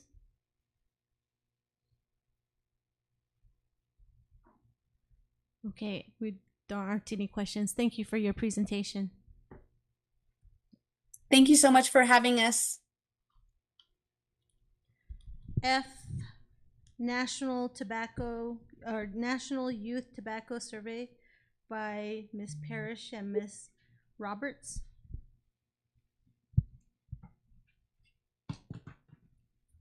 Hello, everyone. Thank you. You're muted. Or can you hear me now? It's very low. It's very low. Oh.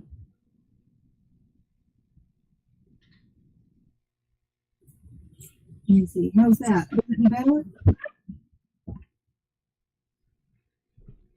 Can you hear me? Hello?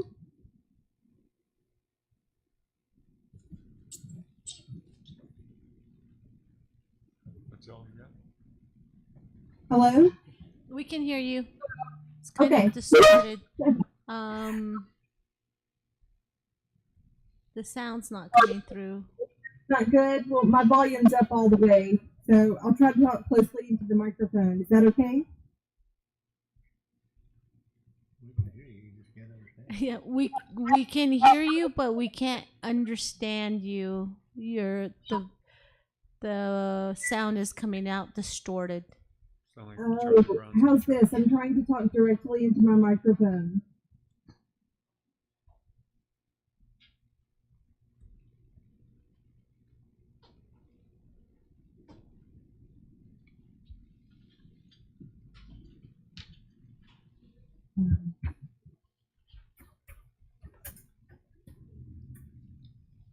Hello? Can y'all hear me? A lot better. Yes, thank you. Okay. Well, I hope the volume stays up then. Anyways, my name is Elizabeth Parrish, and I'm here with my colleague Linnea Roberts. We're with RTI International, and I really appreciate the opportunity to talk with you all this evening about this National Health Initiative. This is the National Youth Tobacco Survey, and I understand that the materials are included in your board packet, so I'll just give you a real high-level overview. The National Youth Tobacco Survey is an annual public health surveillance on youth tobacco use in the United States. It's sponsored by the Centers for Disease Control and Prevention, and the data are collected by my company, RTI International.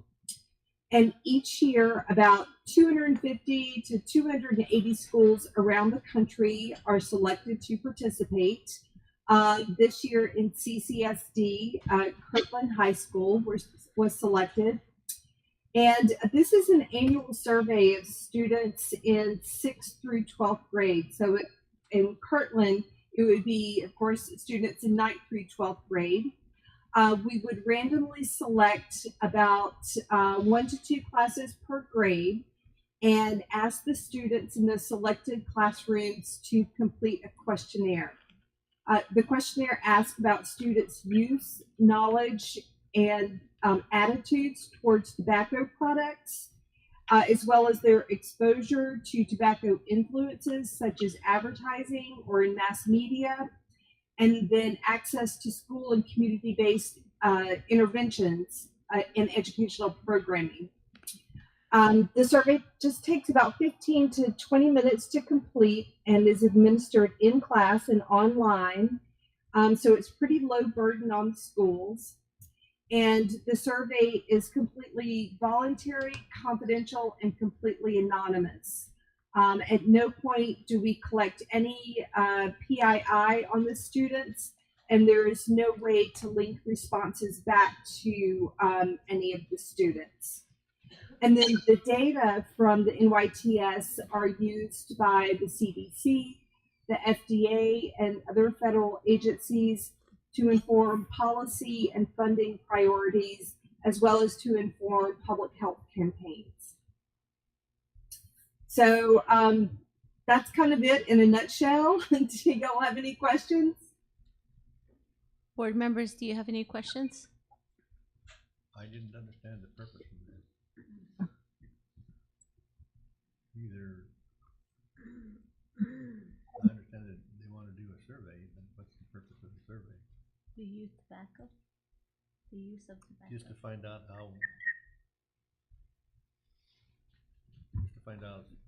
how many, okay. Yes. Well, it's a little more than that. I mean, we are, of course, interested in learning, how many students are using tobacco, cigarettes, vapes, any kind of tobacco products, but then also, again, exposure through other avenues, as well as their access to prevention and control programming.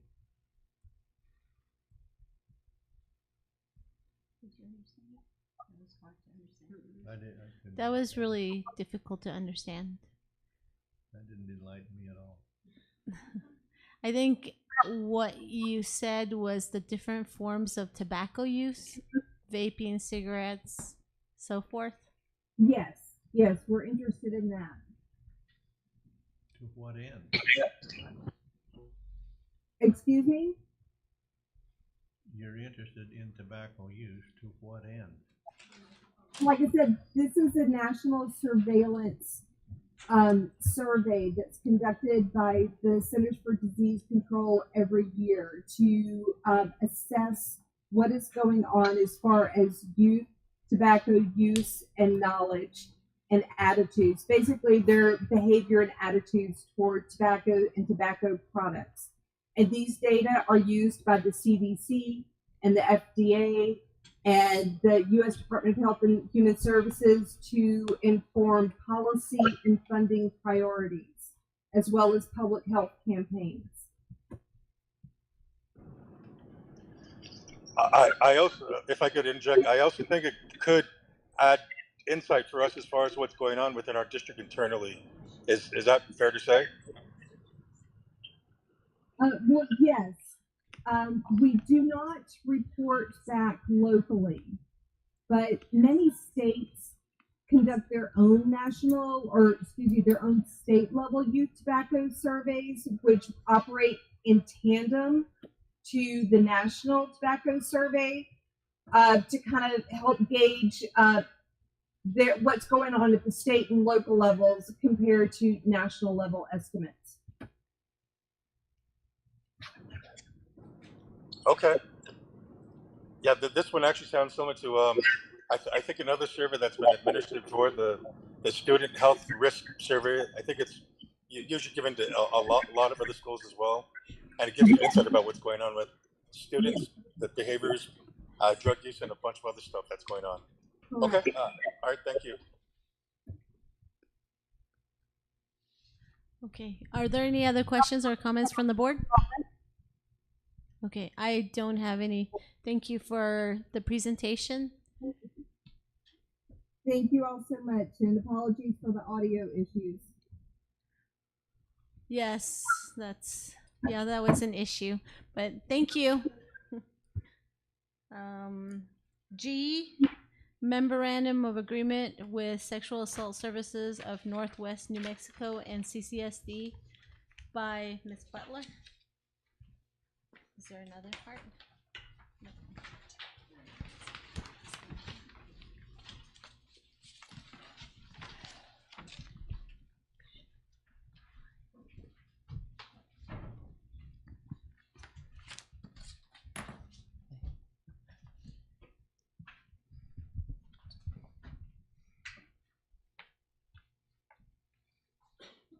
Thank you. Thanks, sir. Good dude, man.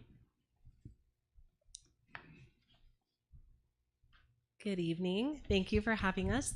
My name is Eliana Butler. I'm the Executive Director for Sexual Assault Services of Northwest New Mexico. This is my colleague, Lacey Gwynn. She's our Associate Director of our organization.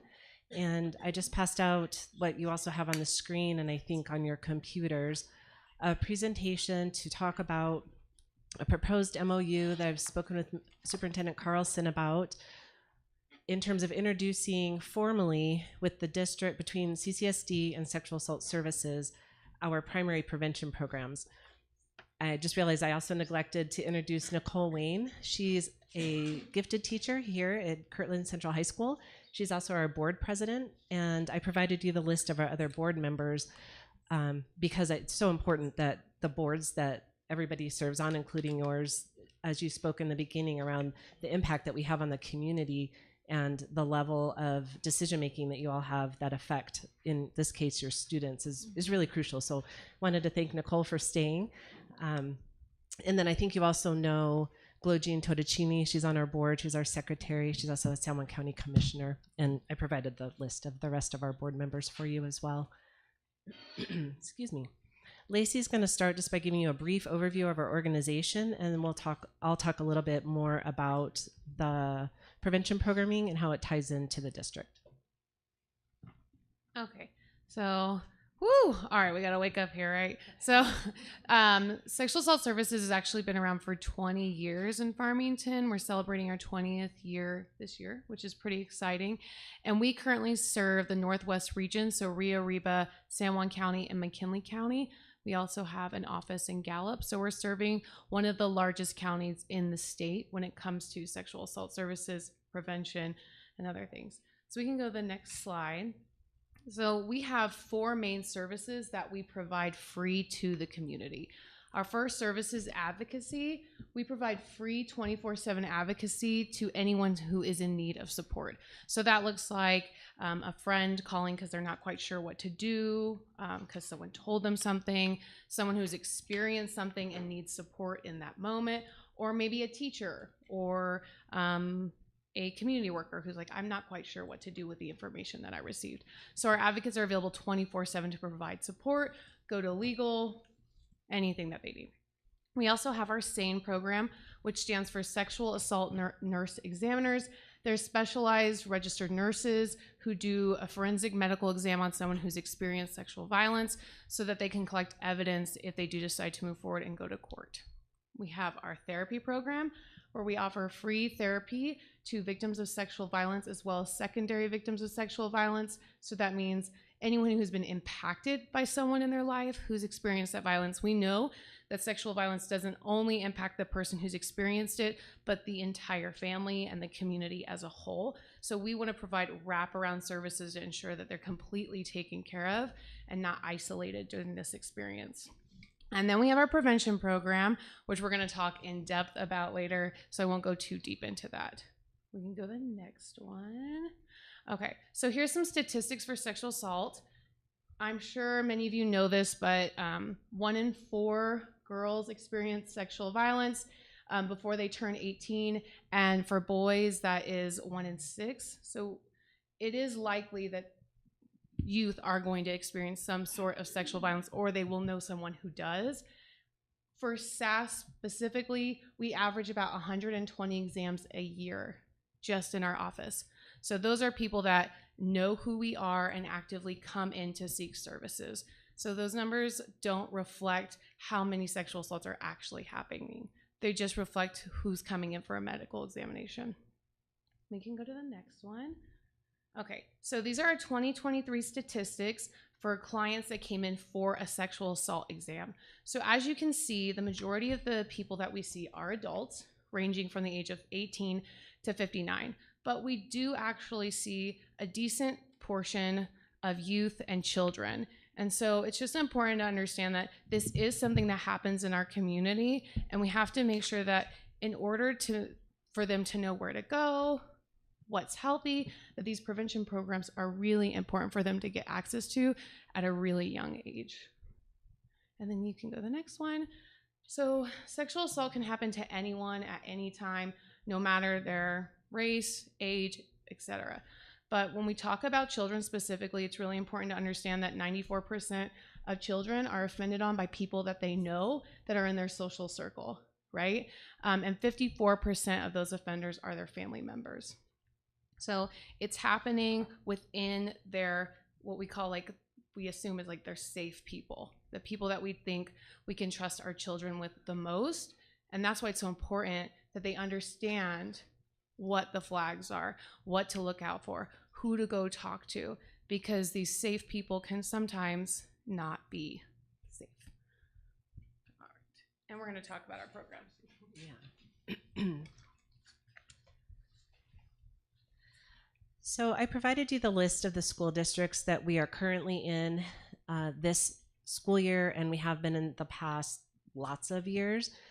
You may be familiar with our organization. We have presented in the schools in CCSD over time. Your principals and your staff here have done such good due diligence that when we called starting last year to get in, they started asking, do you have an MOU with the board? And we said, no, we don't, because we actually don't have an MOU with any district. We have agreements and we have a history of providing our program since 2007, starting in Farmington schools, and it's grown since then, as you can see. And so in a meeting where Mr. Collis and I were at, I think it was last year, we chatted for a bit, and it's taken some time to get this developed. So I really appreciate the due diligence of the staff saying, we probably should vet the organizations that are coming in to teach our students. And so that's why we're here tonight. You have a copy of the MOU. Mr. Carlson and Mr. Deswood have reviewed it. We're open to discussing whatever changes those might need to look like. So the reason I didn't list CCSD on here is because we're not currently in the schools, and that's obviously why we're here this evening. But I wanted to point out where we are. And in fact, Farmington Schools and Aztec Schools has us in both all their high schools and their middle/junior high schools as a mandate. So just providing a little bit of background around those pieces. As you know, New Mexico Department, the New Mexico Public Education Department have health standards, and I provided one of our documents that outlines how ALR, which is our Ask, Listen, Respect program, fits into the benchmarks of the health standards. This slide, and you can read it, I won't read it all to you, describes ALR, which is Ask, Listen, Respect, Safe Dates, and then a Healthy Friendships program, which we actually developed specifically on the ask of Aztec schools because they wanted something not quite safe dates for their 6th or 7th graders. So we also now have added this curriculum to our repertoire. This outlines all the different topics that other programs cover in sort of a summary form. Ask, Listen, Respect, and Safe Dates can be done anywhere between 8th and 12th grades. You can go to the, thank you. These are the health standards from New Mexico PED. As I mentioned, excuse me. The one document I gave you describes ALR and how it fits into all of the standards and then the benchmarks that fall under them for health, for the standards of health. Again, I'm not going to read all of these to you. I'm guessing you're fairly familiar with them. I did want to emphasize this is not sex education. This does not replace sex education in the schools, and we are not sex educators, because that often comes up in our conversations when we're talking with folks who aren't as familiar. This is specifically around sexual violence prevention. And also hopefully, if, like Lacey said, if a child has experienced sexual abuse in their, whether it's in their household or by a neighbor or someone in their life, it gives them an avenue to come forward to get help and tell so that it doesn't continue. You can go to the next slide. The other program we have is called Care for Kids. This is what we call it for our littles. This aligns with Aaron's Law, and I have a question for the board. Are you all familiar with Aaron's Law? Okay, I had a feeling about that. So if you'll jump to the next slide, and we might go back to this one, please. So New Mexico adopted Aaron's Law in 2014. I encourage you to look it up. Aaron's Law is unfortunately, it's an unfunded mandate that states are adopting, and New Mexico was the 10th state to adopt it, and it's been adopted by 38 states. Aaron Marin, who's the founder of this project, has now created a foundation where schools can actually get programming if they don't already have an organization like ours to provide it for them. So there's additional programming out there. We happen to use Care for Kids. We are looking at some Aaron's Law actual programming that is the part of the foundation that we can access in terms of the actual prevention programming. Hopefully that made sense, sorry. But it's Aaron's Law mandates prevention-oriented child sexual abuse programs, and it teaches to 3 sets of groups. One is students, obviously, in the grades at pre-K through 12, age-appropriate techniques to recognize sexual abuse and then what to do if they're experiencing it, who to tell. It also mandates training of school personnel. I know your schools train in mandated reporting. This is part of that, and it's really important for schools and personnel to have support from a local organization on what to do and how to do it and how to make those reports. And it also mandates training to parents and guardians when they're open to that. We do Care for Kids in preschools a lot because we're able to talk with parents and talk with the teachers and then do the programming with the students.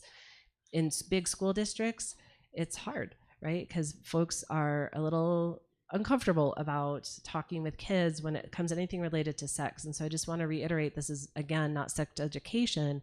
It's around prevention, because the goal ultimately is to prevent our 1 in 3 girls and our 1 in 6 boys from experiencing sexual violence in the first place.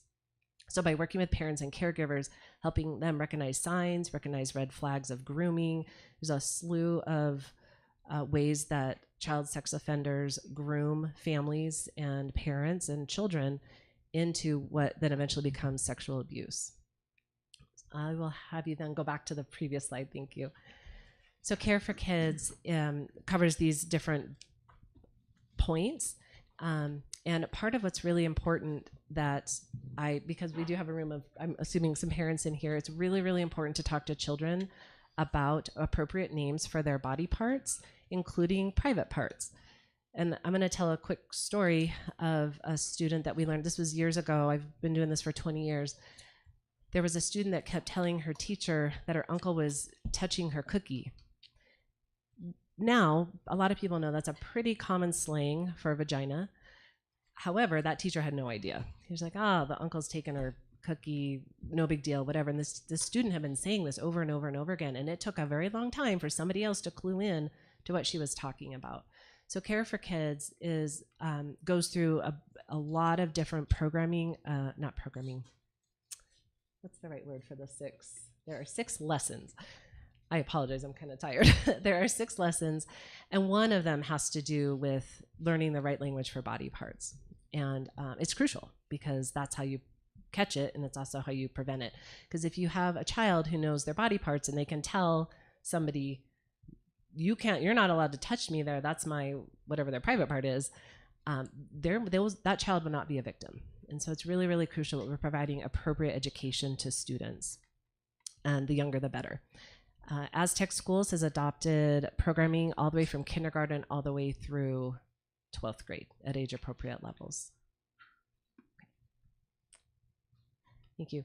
So the other piece that aligns with New Mexico PED's standards is that there needs to be an exemption standard for any programming. And so we do provide opt-out slips that schools can distribute, the teachers can distribute to parents. Parents get the full outline of what these curriculums cover in all 4 programs, and the parents can decide if they want their child to participate or if they don't. And that is very important because we want folks to willingly want their children to learn this information, and it lines up with the PED's recommendation as well.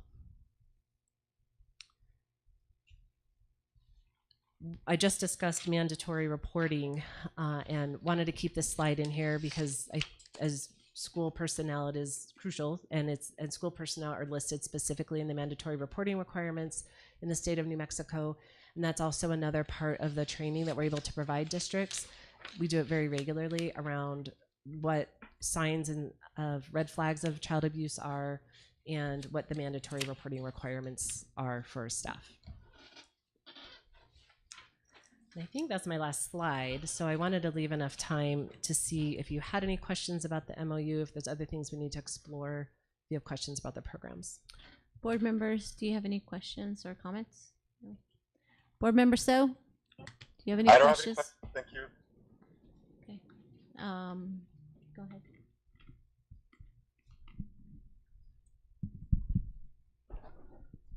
So you spotlighted the pros of this, and I'm assuming you've done it long enough to know what are some of the cons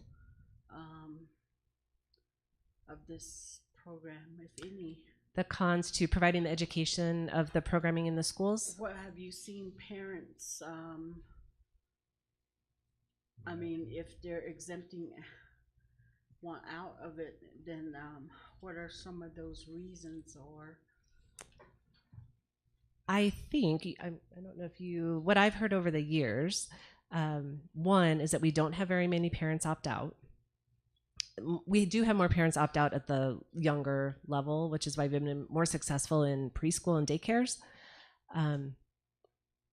As kids get older and they know more, especially now with phones and access to social media, kids know a lot more than we think they do, than us as parents think they do.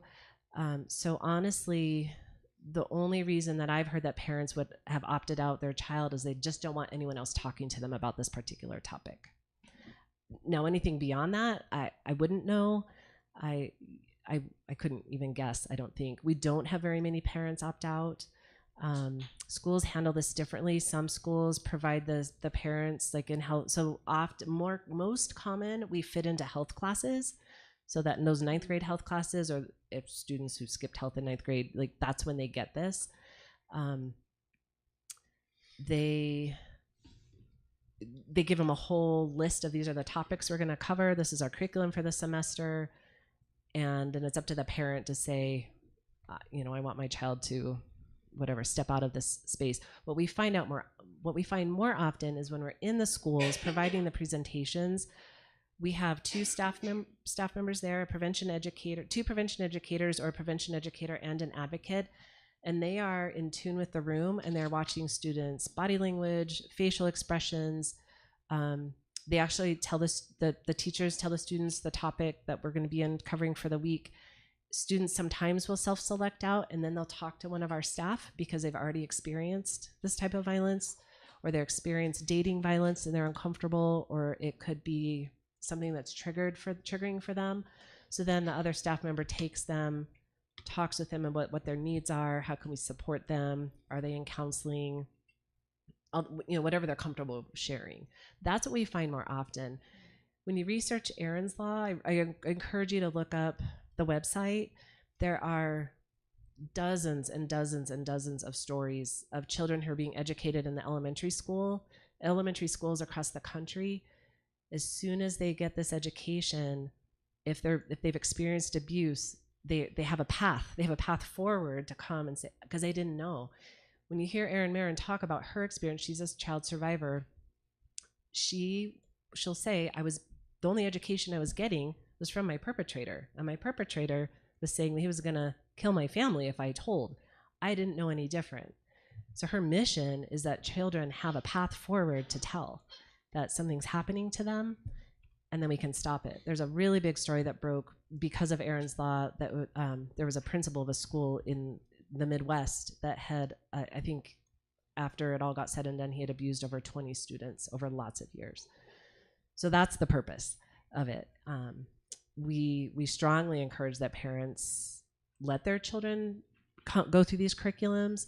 We're open books. We'll share every day, every handout. The Care for Kids program, actually the goal, because we're not talking to kids about what sex is or what sexual abuse specifically is. We're talking about boundaries. We're talking about their bodies and feelings, and tricky. It talks about tricky people, and that when those hairs kind of go up on the back of your neck, those, and the home sheets that go home with the parents those are the education sheets, so that parents then also have the language of how to talk to their children about how to prevent this and what happens if, what to do if, because a lot of parents are really uncomfortable, and they've come to us and said, I'm so glad that you provided this information for us, because I want to talk to my child about this, I just don't know how.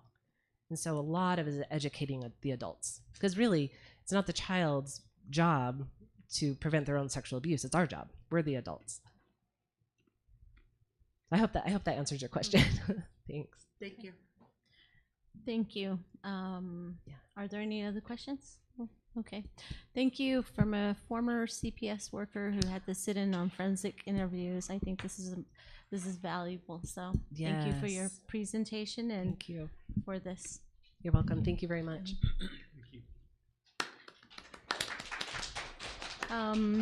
Now to letter H, unique trip requests, KCHS, FFA, National FFA, LDEs, CDEs, and convention, Minneapolis, Indiana, October 20th through 27th, by Mr. Webster.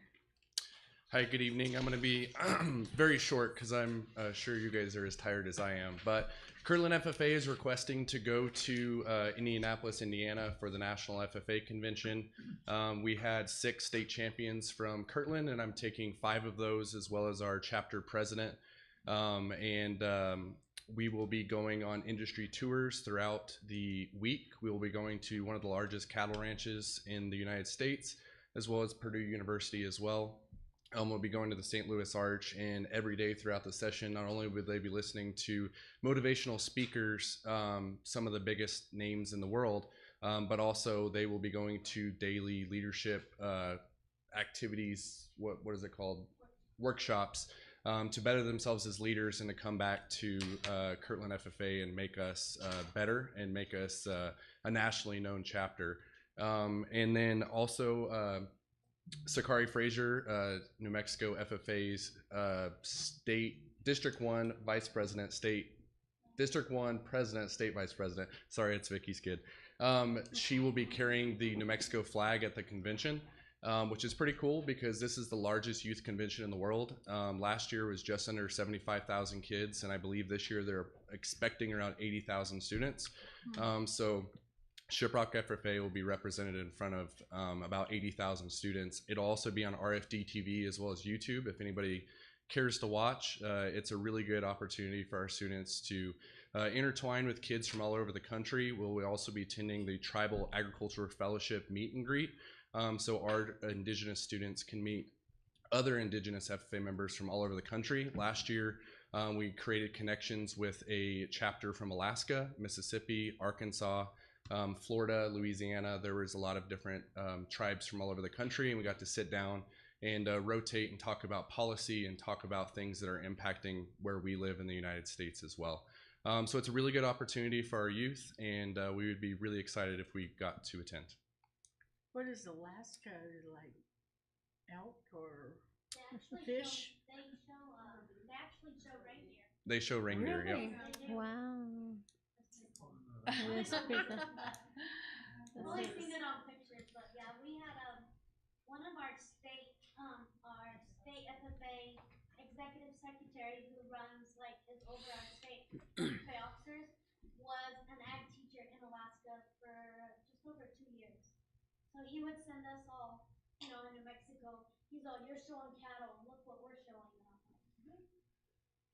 When we were at that meet and greet last year, they were showing us their school, and in their high school they have an aquaponics system that fertilizes their school farm, and so they actually harvest, I believe it was salmon, and they use the salmon to feed their students in the cafeteria, and then use that water resource to grow vegetables and fruits to also be used in the cafeteria. It was just a cool way for us to interject with other Indigenous students and find out ways that we can better Kirtland FFA and CCSD. Awesome. I say the same thing. That's pretty neat. Yeah. Any questions or comments on this one? Okay, then on to yes. Go ahead. You have a question? I do. Yes. Okay. This is just for Kirtland's chapter? Yes, sir. We will be traveling with Shiprock, and we will be traveling with 3 other chapters: Mesa Vista, Aztec, and Belen. We'll be having 43 students and chaperones, ag teachers, traveling via charter bus leaving from Albuquerque. We'll be driving all the way out there, so we'll be stopping at a lot of different operations, schools, different agricultural places that our students can learn from and see the entire country. It's the same trip I presented last month. I missed last month. Do we not have 3 chapters in the district? We do. Newcomb FFA has decided not to attend this year due to funding. Due to lack of funding? Yes, sir. Okay. We are paying for the trip out of our activities budget with the kiddos fundraise themselves. Okay. Thank you. That's all I had. Okay. Any other questions or comments?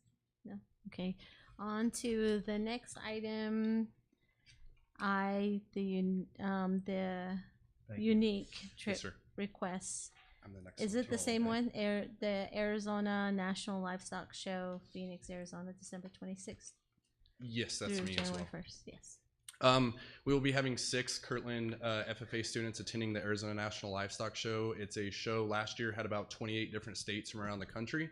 We actually had a team, we competed against kids from even Hawaii that came in and judged against our kids. We'll be having kids exhibit livestock that in preparation for this next year, we'll have kiddos. We're already buying steers for next year's fairs, but then we'll also have kiddos compete in events like livestock judging, agriculture mechanics, as well as public speaking in regards to the FFA creed and prepared public speaking contests. What about what do they call that? Bidding? The auction? Auction, yeah. So at this particular show, there is no auction. They're just competing for cash premiums. So like for instance, the grand champion steer, I believe, gets $30,000. They just write them a check.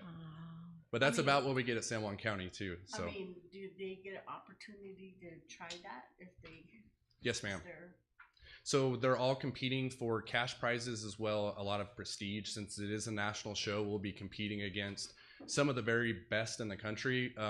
For instance, we just got back from the Eastern New Mexico State Fair where Kirtland FFA had multiple kids make the sale. For instance, we had a kiddo make the sale in a class of 30 and only 2 sell. And for instance, the goat that beat us in class was the $13,000 goat. And so we're competing with our little kids here with the best of the best, and we're excited to go to a national level. This is a reoccurring show that we go to every year, and hoping that we can just get permission to go with the kids and support them and make sure that we're thriving in all aspects of competition. That's great. Any questions or comments from the board? Board Member So, do you have any questions or comments? No, I don't. Thank you. Okay. I don't have any questions, but thank you. Good Thank luck you, to guys. your students, to the students. Next, J, idea B, budget application by Joel Balasu.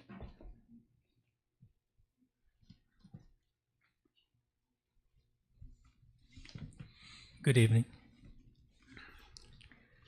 I'm here to present today the IDAB application plan. So this was actually initiated last June, and somewhere around June.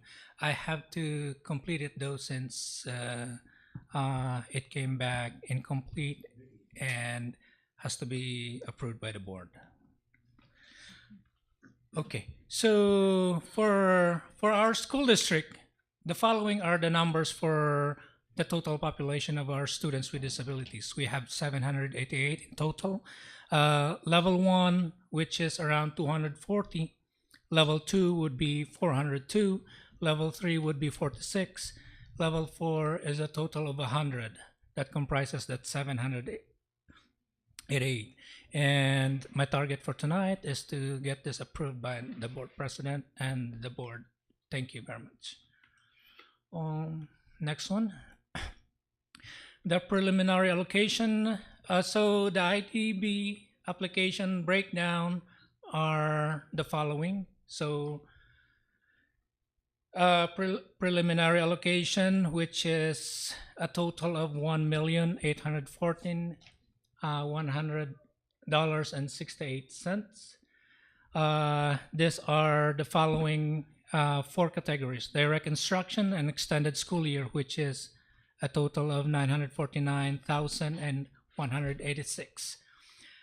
The second one is instructional support, which is $410,778.68. Provision of special education services, which is around $524,417. And lastly, preschool, which is around $61,643.27. So the first one that was earlier mentioned is direct instruction and extended school year. So this one will cover the salary and benefits of 19 educational assistants, 3 work skills, 1 teacher. Contract cost for 1 contracted special education teacher, which we currently have 1 for the school year. Educational supplies, materials, and equipment for our special ed classrooms for our students with special needs. Second one is the professional development. Next one is professional development, and for the extended school year for the summer of 2025. Next one, please. The next category is instructional support. The instructional support covers salary and benefits for certified occupational therapist assistant and 3 special education transition counselors. They are responsible for the transition planning for students ages 14 to 22. And for the indicator 13 and 14 that needs to comply with for the state reporting. Salary and benefits for special education support coach. Person supports special education staff with individual educational program. Processes, requirements, case management, duties, and on-site training and professional development. It also includes educational supplies and materials and professional development. Next one. The third category is provision of special education services, which covers, similar as the other slides, salary and benefits for clerical and specialists. Specialists provide administrative support, service to related service providers, special ed teachers, educational assistants, the coordinators, and the director, and maintain student records and ensure compliance with the state reporting for the NOVA, which that's the system that we're using for this year. It also includes salary and benefits for support services, IT. The IT provides supports, maintains special programs, IEP platform, technology and services used by students and special ed teachers across the district. It also funds for maintenance of buses and vehicle, salary and benefits for the bus driver, and for the bus driver. Yes, thanks. Another one is direct instruction and provision of special education, 24109. So educational supplies and materials, professional development, indirect cost, salary and benefits for bus driver, salary and benefits for bus aide. So next slide.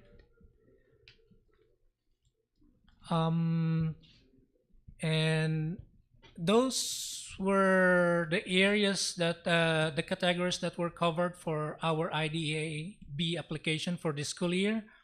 I have the form currently for your approval. I stand for question. Are there any questions, board members? Questions, comments? Board member So, do you have any questions or comments?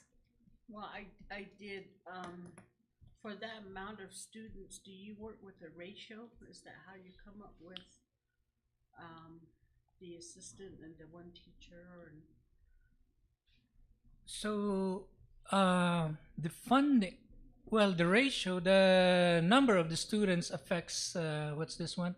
Our funding. However, what's presented here is just a piece of what our district currently have, because some specialists are funded through other funding source that the district have. It's just one of the funding source of our district for special education. So with a new department in special ed, well, I don't even know if it's a new department, but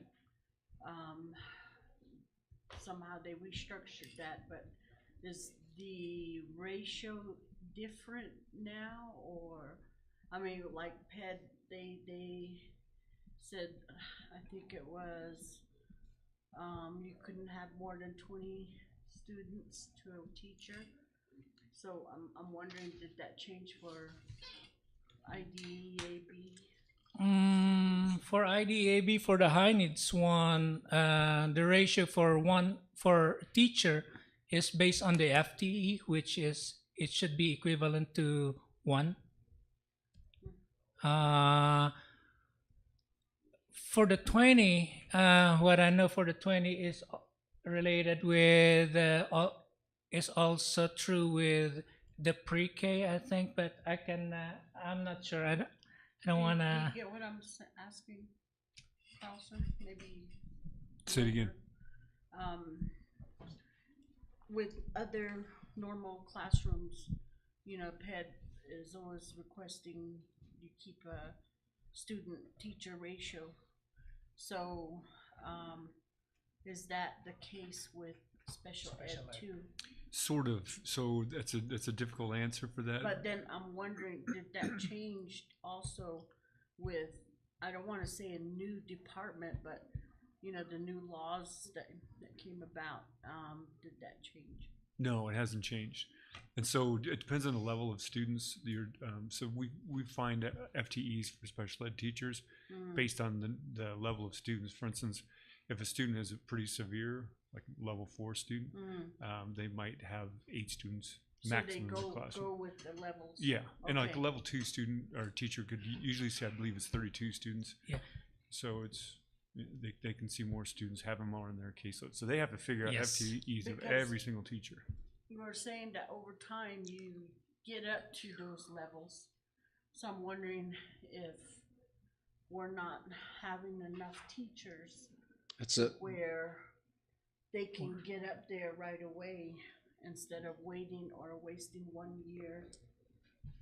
I think that's a good question because, and it's applicable to the FTEs of the standard of the regular classroom. You're talking 3rd through 5th grade.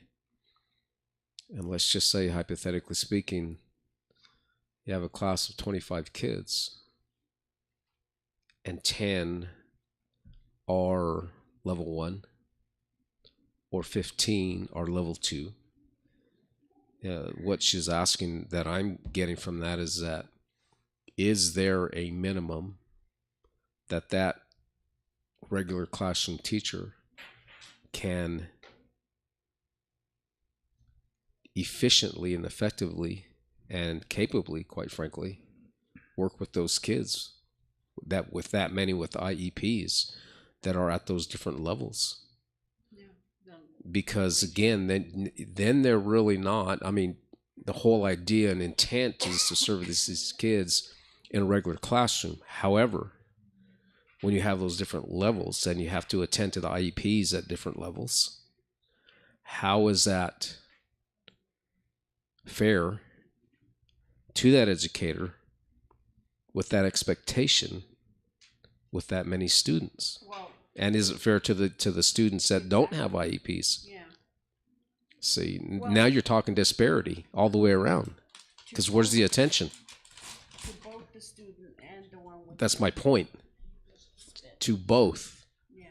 Is what is justifiable to those kids in that classroom. And then again, where a lot of these regular classroom teachers do not have the educational level to attend to some of these special needs. And again, at what point are we doing a disservice to the education to all the kids in that classroom? So I think that's a fair question to be asked. So what I can do is kind of check with the different schools and see how our students with special needs are distributed in their classroom, because that's true. If I'm a regular ed teacher and all of a sudden I have 10 or 15 special needs in the classroom, it's going to be it affects the education of the students in that classroom, both. Yes. Absolutely, whether it be students without IEPs and students with IEPs. And again, speaking hypothetically, let's just say that you have 2 grades, 4th grade, and you should be distributing them equally, to your point. But someone gets a wild hair and doesn't do that and puts the vast majority in one classroom with a teacher that isn't liked very much. And so what does that do to that teacher and those kids and the quality of education when they're having to spend more time and focus on those kids with those IEPs to the education of those that don't? How do we deal with that, and how do we ensure that it's done equitably in those buildings and at each grade level, quite frankly, too? Might add a little bit to this, Vice President Asmus. So all teachers are responsible for teaching all kids. That's our level 1, tier 1 instruction. So, and during FTE meetings, Joel brings the teacher caseloads, and if there is one teacher that has a higher caseload, well, actually, the special education teachers have the caseload. So if like I was saying, a general ed teacher will deliver tier 1 instruction for all kids, and then tier 2 instruction is maybe small group, maybe accommodation, differentiating instruction, And then if a student needs level 3 support, then it's a small group. Maybe we're pulling kids for language. Maybe we're pulling kids for pull-out services or a high needs classroom. So it doesn't all fall on the general ed teacher.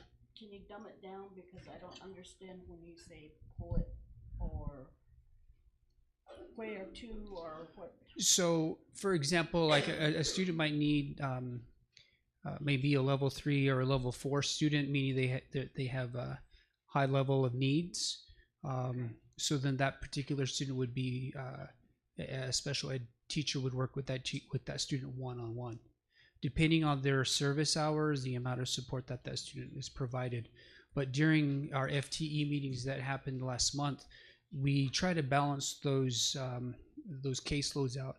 For Joel will bring his FTE and his unit values to the FTE meetings, and we try to level them out and make sure that one teacher doesn't get, I guess, all the students with disabilities or all the students who have L's, unless there's a teacher that might not have a TESOL or a bilingual endorsement or a language endorsement to teach English language developing students, which is why the state said that all of our teachers need to have TESOL endorsements or ELD endorsement, English language developing endorsements.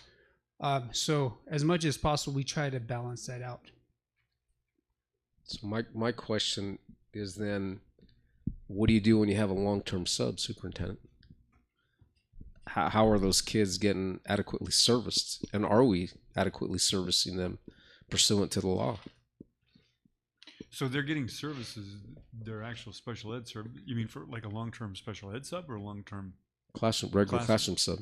Yeah, well, whether we're doing pullouts or we're doing push-ins with inclusion, I mean, either way, they're getting their services from special ed staff, not from the classroom teacher for the special ed services. Okay, I understand that, but when we're talking about the general education of these children, and it's supposed to be on this equal level and to be delivered equitably across the board, well, then that means it's not being delivered equitably to all of them.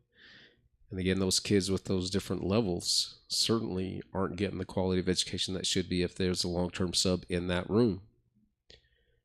Even the regular education students to receive the education that they do. So again, and I get the fact that you're pulling them out depending on the need. Mm-hmm. However, when we're talking about the general education, it would be lacking, would it not, if you had a long-term sub in there? So how do we make that up? We do our best not to have a long-term sub, and as much as possible. And if we do, I'll give you an example of a situation that happened recently at a school in this area. I don't know if I can say it was OHO had a long-term sub.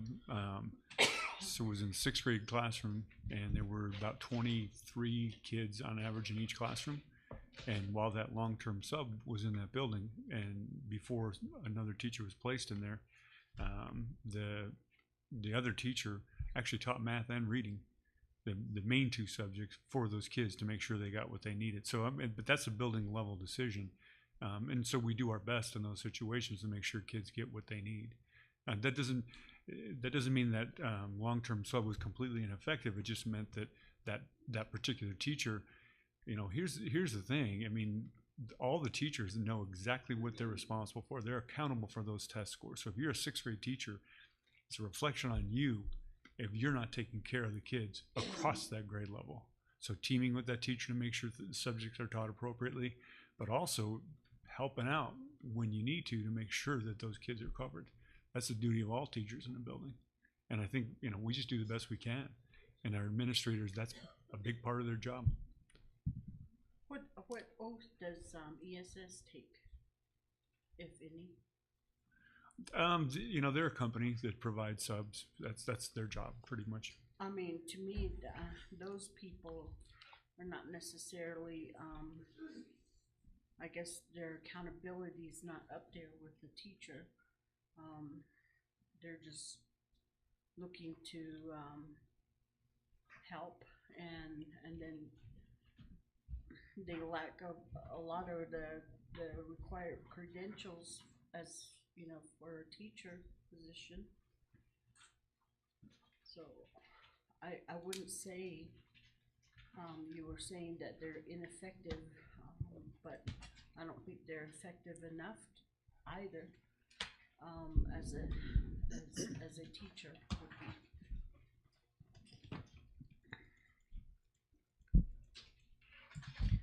I have a question here.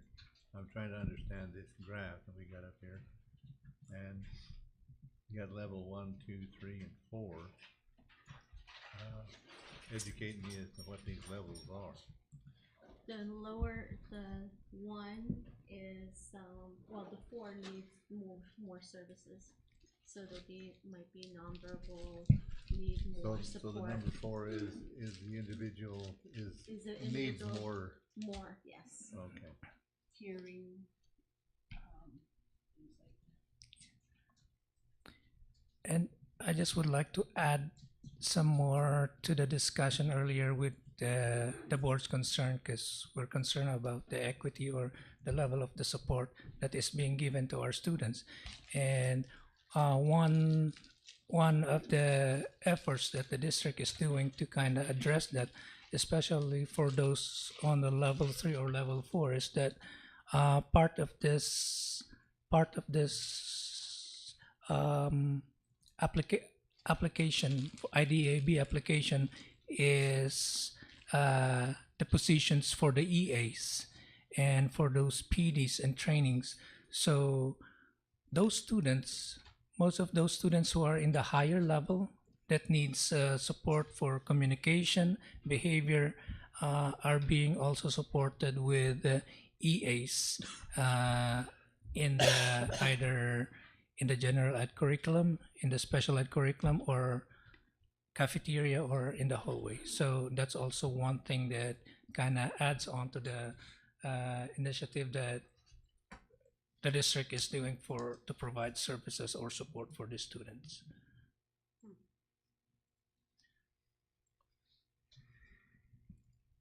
Mr. Superintendent. Sir. Where you mentioned a one-on-one, do we have 100? I'm assuming that level 4 is requiring a one-on-one. Is that? Not necessarily. It's dependent on the IEP of the child. So a level 4 just is kind of requires more services. In some cases, there could be 8 level 4s in a classroom with the teacher, if that were doable. If you have IEPs that there's further needs, you might have a couple EAs and 1 or 2 or 3 EAs in that classroom. Just depends.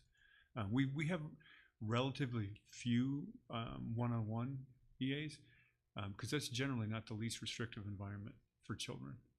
Occasionally that happens, and it's based on an IEP team's decision. I was just looking at that, and yeah, that seemed like an awful lot of one. Do we have 100 one-on-one? We have a lot of level 4s, not necessarily needing one-on-one. That's true.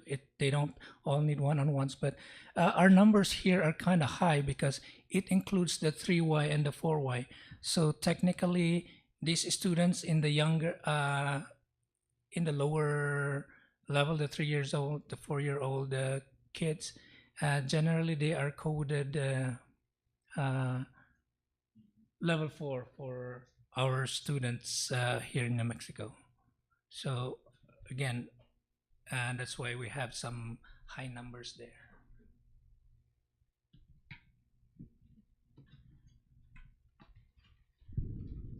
Are there any additional questions?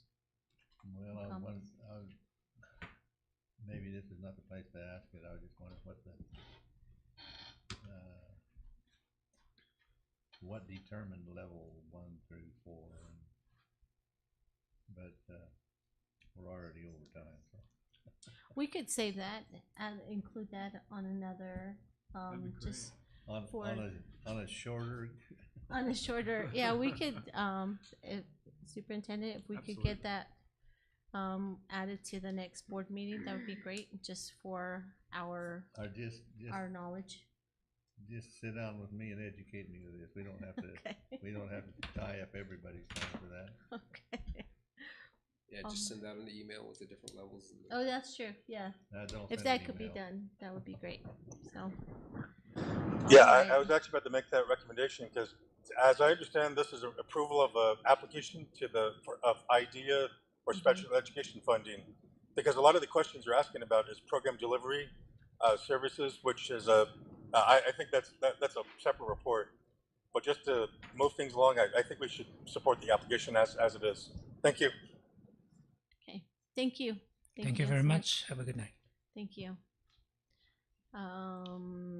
We are on K, proposal to streamline the 520 certification process by Dr. Begay.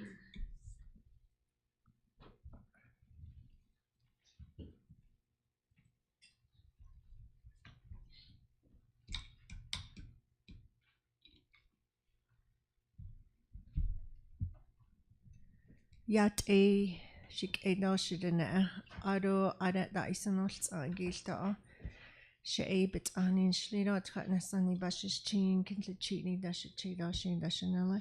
Good evening, board president, board vice president, board secretary, superintendent, and assistant superintendent, and all our relatives listening in this evening.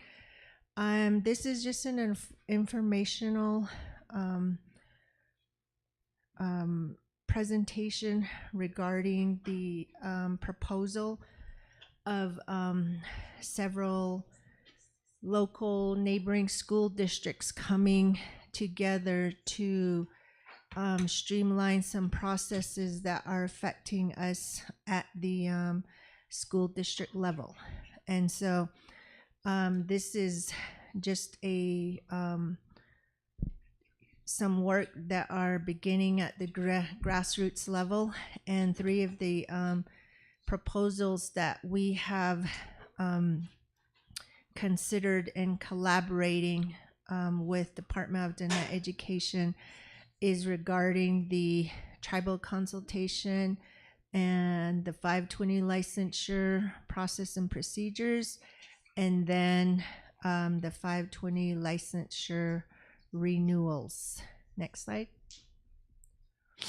So the way that these three components affect us at the district level is working with the 520 teachers. So we are very much aware and have been in collaboration with, in communication with the OSCAD department, who are the ones that oversee the 520 assessment and then the renewal process. So this year, we've had 2 520 teachers who were not able to get their renewals processed in a timely manner, and that affected their renewal at the end of their licensure period. And the purpose and reason was because OSCAD from Doty is very much understaffed. Right now, they have 2 people working in there.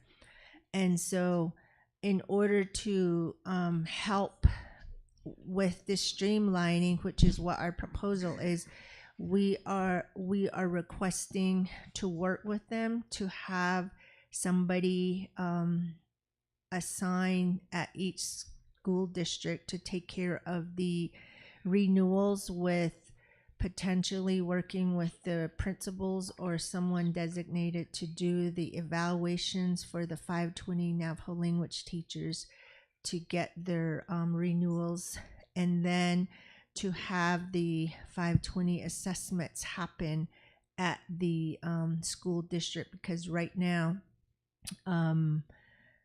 the assessments happen in Window Rock, and that's quite a ways for some of our potential candidates who live in the local area to travel there. And so we've worked with OSCAD before in terms of scheduling 2 assessments at the district level. But because they're understaffed, we have to continuously communicate with them to ensure that we get some dates. But right now they're sticking with the dates that they have established, which is once a month. And then with the tribal consultation, we are proposing to have that be more than just formality, because right now that's how the Navajo Nation tribal consultation goes. It's that we're given 1 hour, and that 1 hour goes by really fast. We really have to just do quick presentation, and for true tribal consultation collaboration to happen, it really doesn't.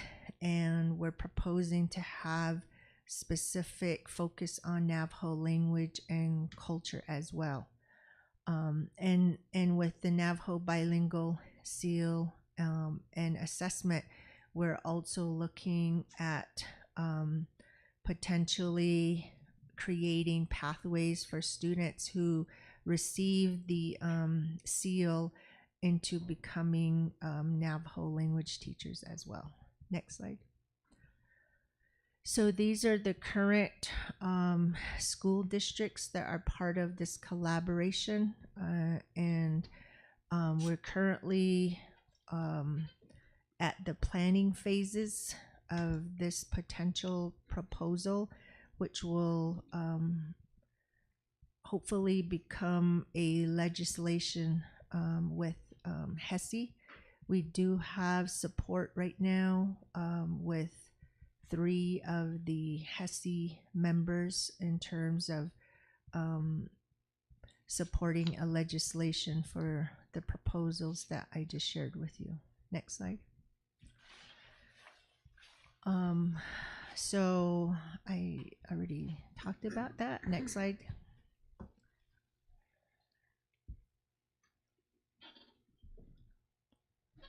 And I stand for questions. Board members, do you have any questions or comments? It's a question. Go ahead. So, Dr. Begay, this is just a rough draft of a proposal that you want to submit in conjunction with the other school districts around us? Yes, I'm just providing information right now for all of you, so you're not you're kept in the loop about this collaboration that the neighboring school districts are doing, including ours, because it's in the planning. We're just now starting these proposals. We did meet with Navajo Nation Department of Education Board last week, and we do have their support. Okay, so I do have a question regarding the 520 level salaries aligned with level 1 and 2. Says certification, renewals, experience, and other credentials. What would be the other credentials? Because when we start talking level 1 and level 2, then that would obviously include the pedagogy in respects to education and understanding how to teach that information. Would that be part of those credentials that those people would have to have in order to receive that increase in pay to level 2? Well, right now, level 1 and 2, the pay just for 520 certified teacher is at a level 1 salary, regardless if they're at level 1 or 2.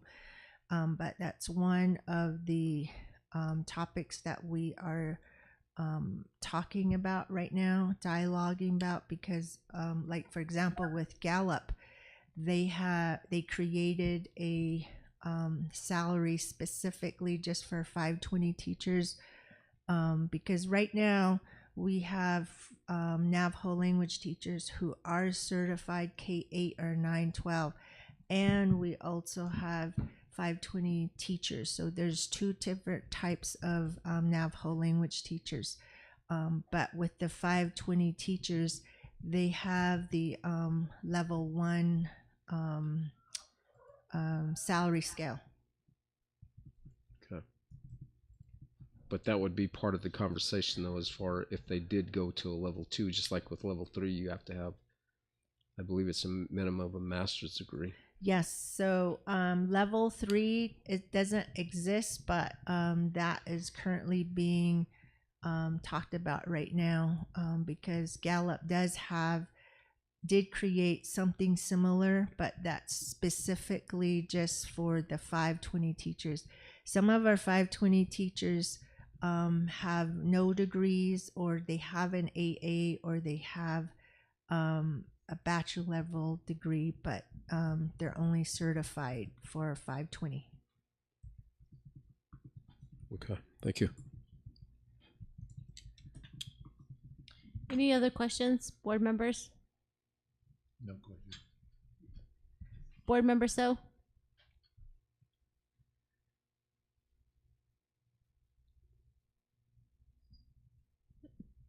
There's no questions. Thank you. Thank you. Yeah. On to letter L, certifications of fixed assets by Miss Allison. Takes me a while to be able to see.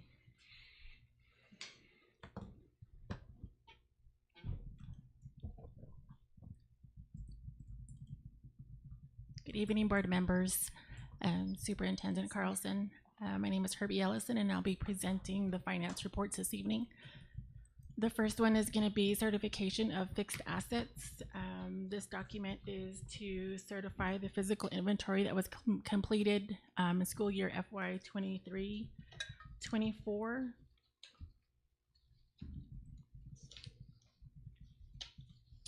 Our total fixed assets that was inventoried is $384,240,649. Our physical inventory is completed by our warehouse staff. This certification is a requirement for our audit, so this is the last item that we have for last year's audit.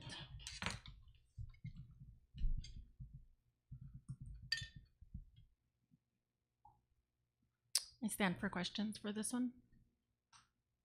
Board members, do you have any questions, comments? What was the total again? 384 million and change. And change. and then some. And then some. Okay. Now, really, and I know your warehouse staff, because you know I've done it. Mm-hmm. I just appreciate what they do, and I understanding Sheba's due diligence. That tell me I said thank you. Yes, she's online, so. Thank you, Sheba. Yeah, it's a lot of reconciling and double checking, verifying information. So all about that. It's one of the reasons why it's the very last item before our audit, or for our audit. So very good. Okay. Appreciate it. No questions, or on to the next item. Okay, thank you. The next item is going to be to update our Bank of the Southwest authorized list. Okay, sorry I couldn't see that. I was trying to focus. So, Bank of the Southwest update signer listing. Okay. Yes, so this listing, Bank of the Southwest requires us to update our list once a year. And so with the different position changes, and even with HR being up here at KBO, we added them to the list for deposits over at the Bank of the Southwest.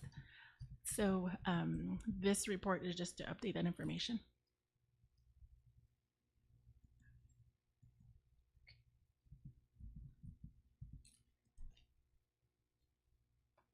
Do you have any questions?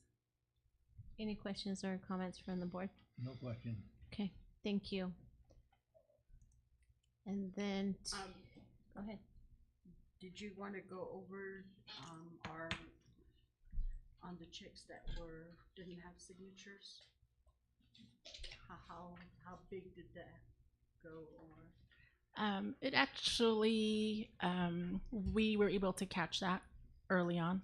So we were able to notify the vendors that were affected by it. Yeah, we have the 2 new staff in accounts payable, and that was one of the items that we overlooked in training them. Is on our side, we're just like, okay, this is what you do, but it was an oversight in the training that we did with the new staff. So but now they know, and they double check and make sure.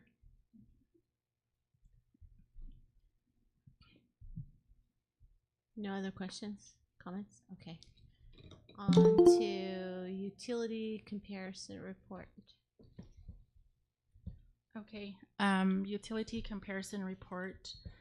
Our expenditures for the month of September was $536,399. Last year in September 2023, our expenditure total was $638,144.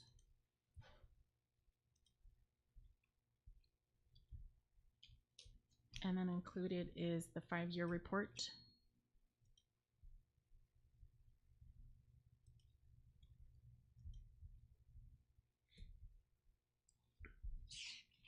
Okay.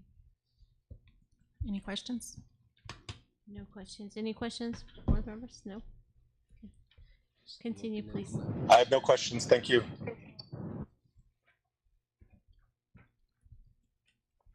Okay. I lost my, okay, on to the next item, the O procurement over 60,000 and 3,500 to 10,000 September report. Okay, for our POs over 60,000, we had 1 purchase order to CDW for the Jam Pro for iPads and MacBooks. Total $97,448. How much were each of those units individually? Do you know? Individually, well, the purchase order is attached. I think it's on page 2. Oh, I'm sorry. I apologize. My bad. You're good. You're good. Okay. I just didn't scroll down far enough. Thank you. Mm-hmm. Oh, I see. Okay. Looks good. Okay. Yeah. Okay. On any other questions or comments? Okay. All right. Now to letter P, accounts payable disbursements, distribution listing, outstanding check listing, expenditures and revenue reports, budget journal entries, report, JOM listings, and invoice journal entry report. Okay, the first one here is going to be for the accounts payable disbursements for the month of September. Total issued for operational is $2,392,431 for operational. Activities is $24,979. Our year to date for operational is $7.8 million. Our activities year to date is $47,953. Outstanding check listings for the month for operational is $379,656. Year to date is $380,641. Activities is $24,000. Year to date is $28,000 for outstanding checks. For expenditures for our general funds, for the month of September, grand total is 50. I think that's must be an error there. 54. I'm gonna skip that first 2 numbers there. That's incorrect. But for the impact aid for the month is 1.7 million, and then the year to date is 7.5.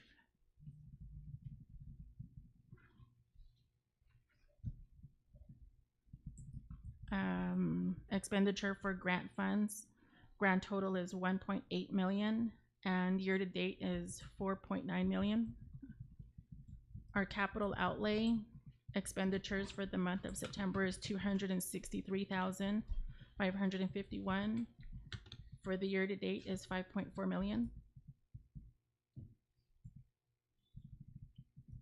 And then for revenue received for the month of September is 5.7 million, and year to date is $16,934,701. Our grant revenue received for the month of September is $319,204. Our year to date is $9,056,408. Of the amount for the month of September, we received $1,702 for JOM. And capital outlay revenue received is $12,715, and year to date $63,199.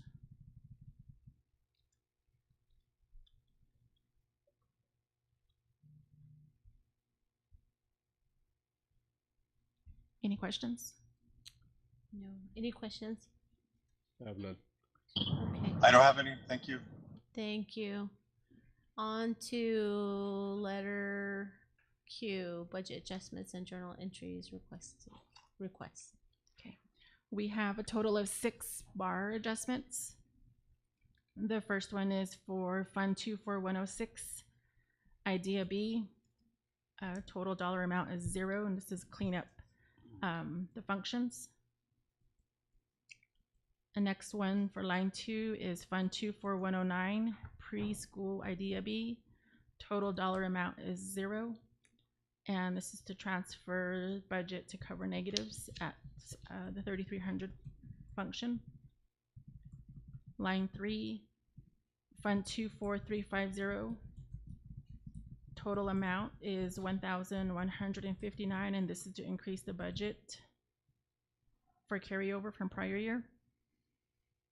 Line 4, Fund 28189 grads, $8,000, and this is for the allocation for the current school year. Line 5, Fund 28190 grads instruction, $16,000. And this is for the current year allocation. And then line 6, 29102, 2,325 for the Midway USA grant for Kirtland ROTC.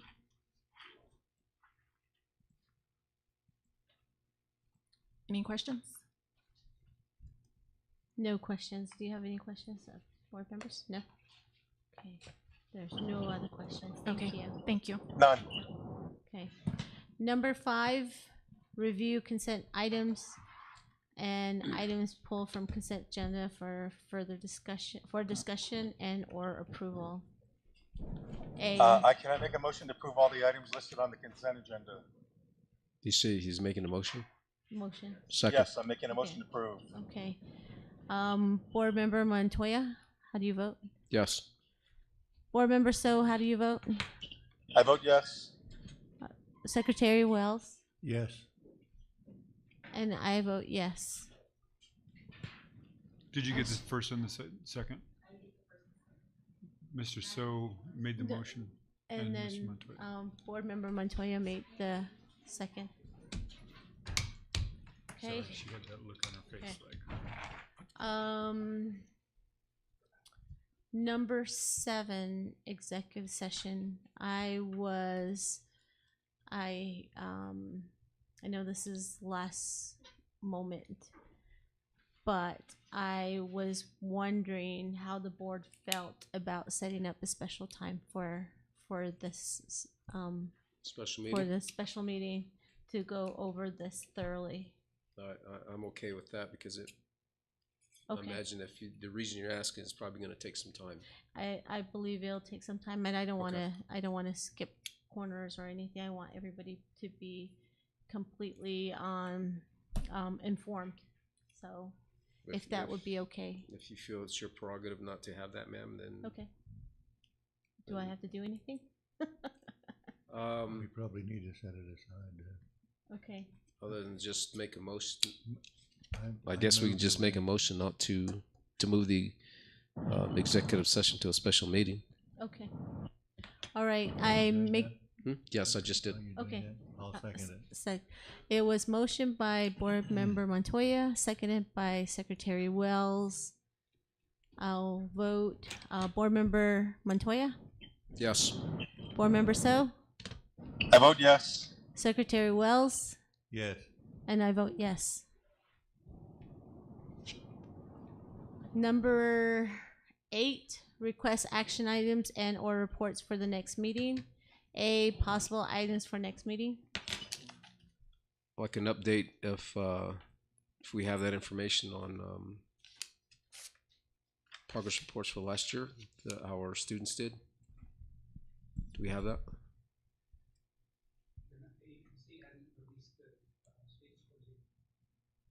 Okay, so we don't have that. Okay. Well, if we do by that time, then I certainly would like that presented at the work session. It's supposed to come out November, right?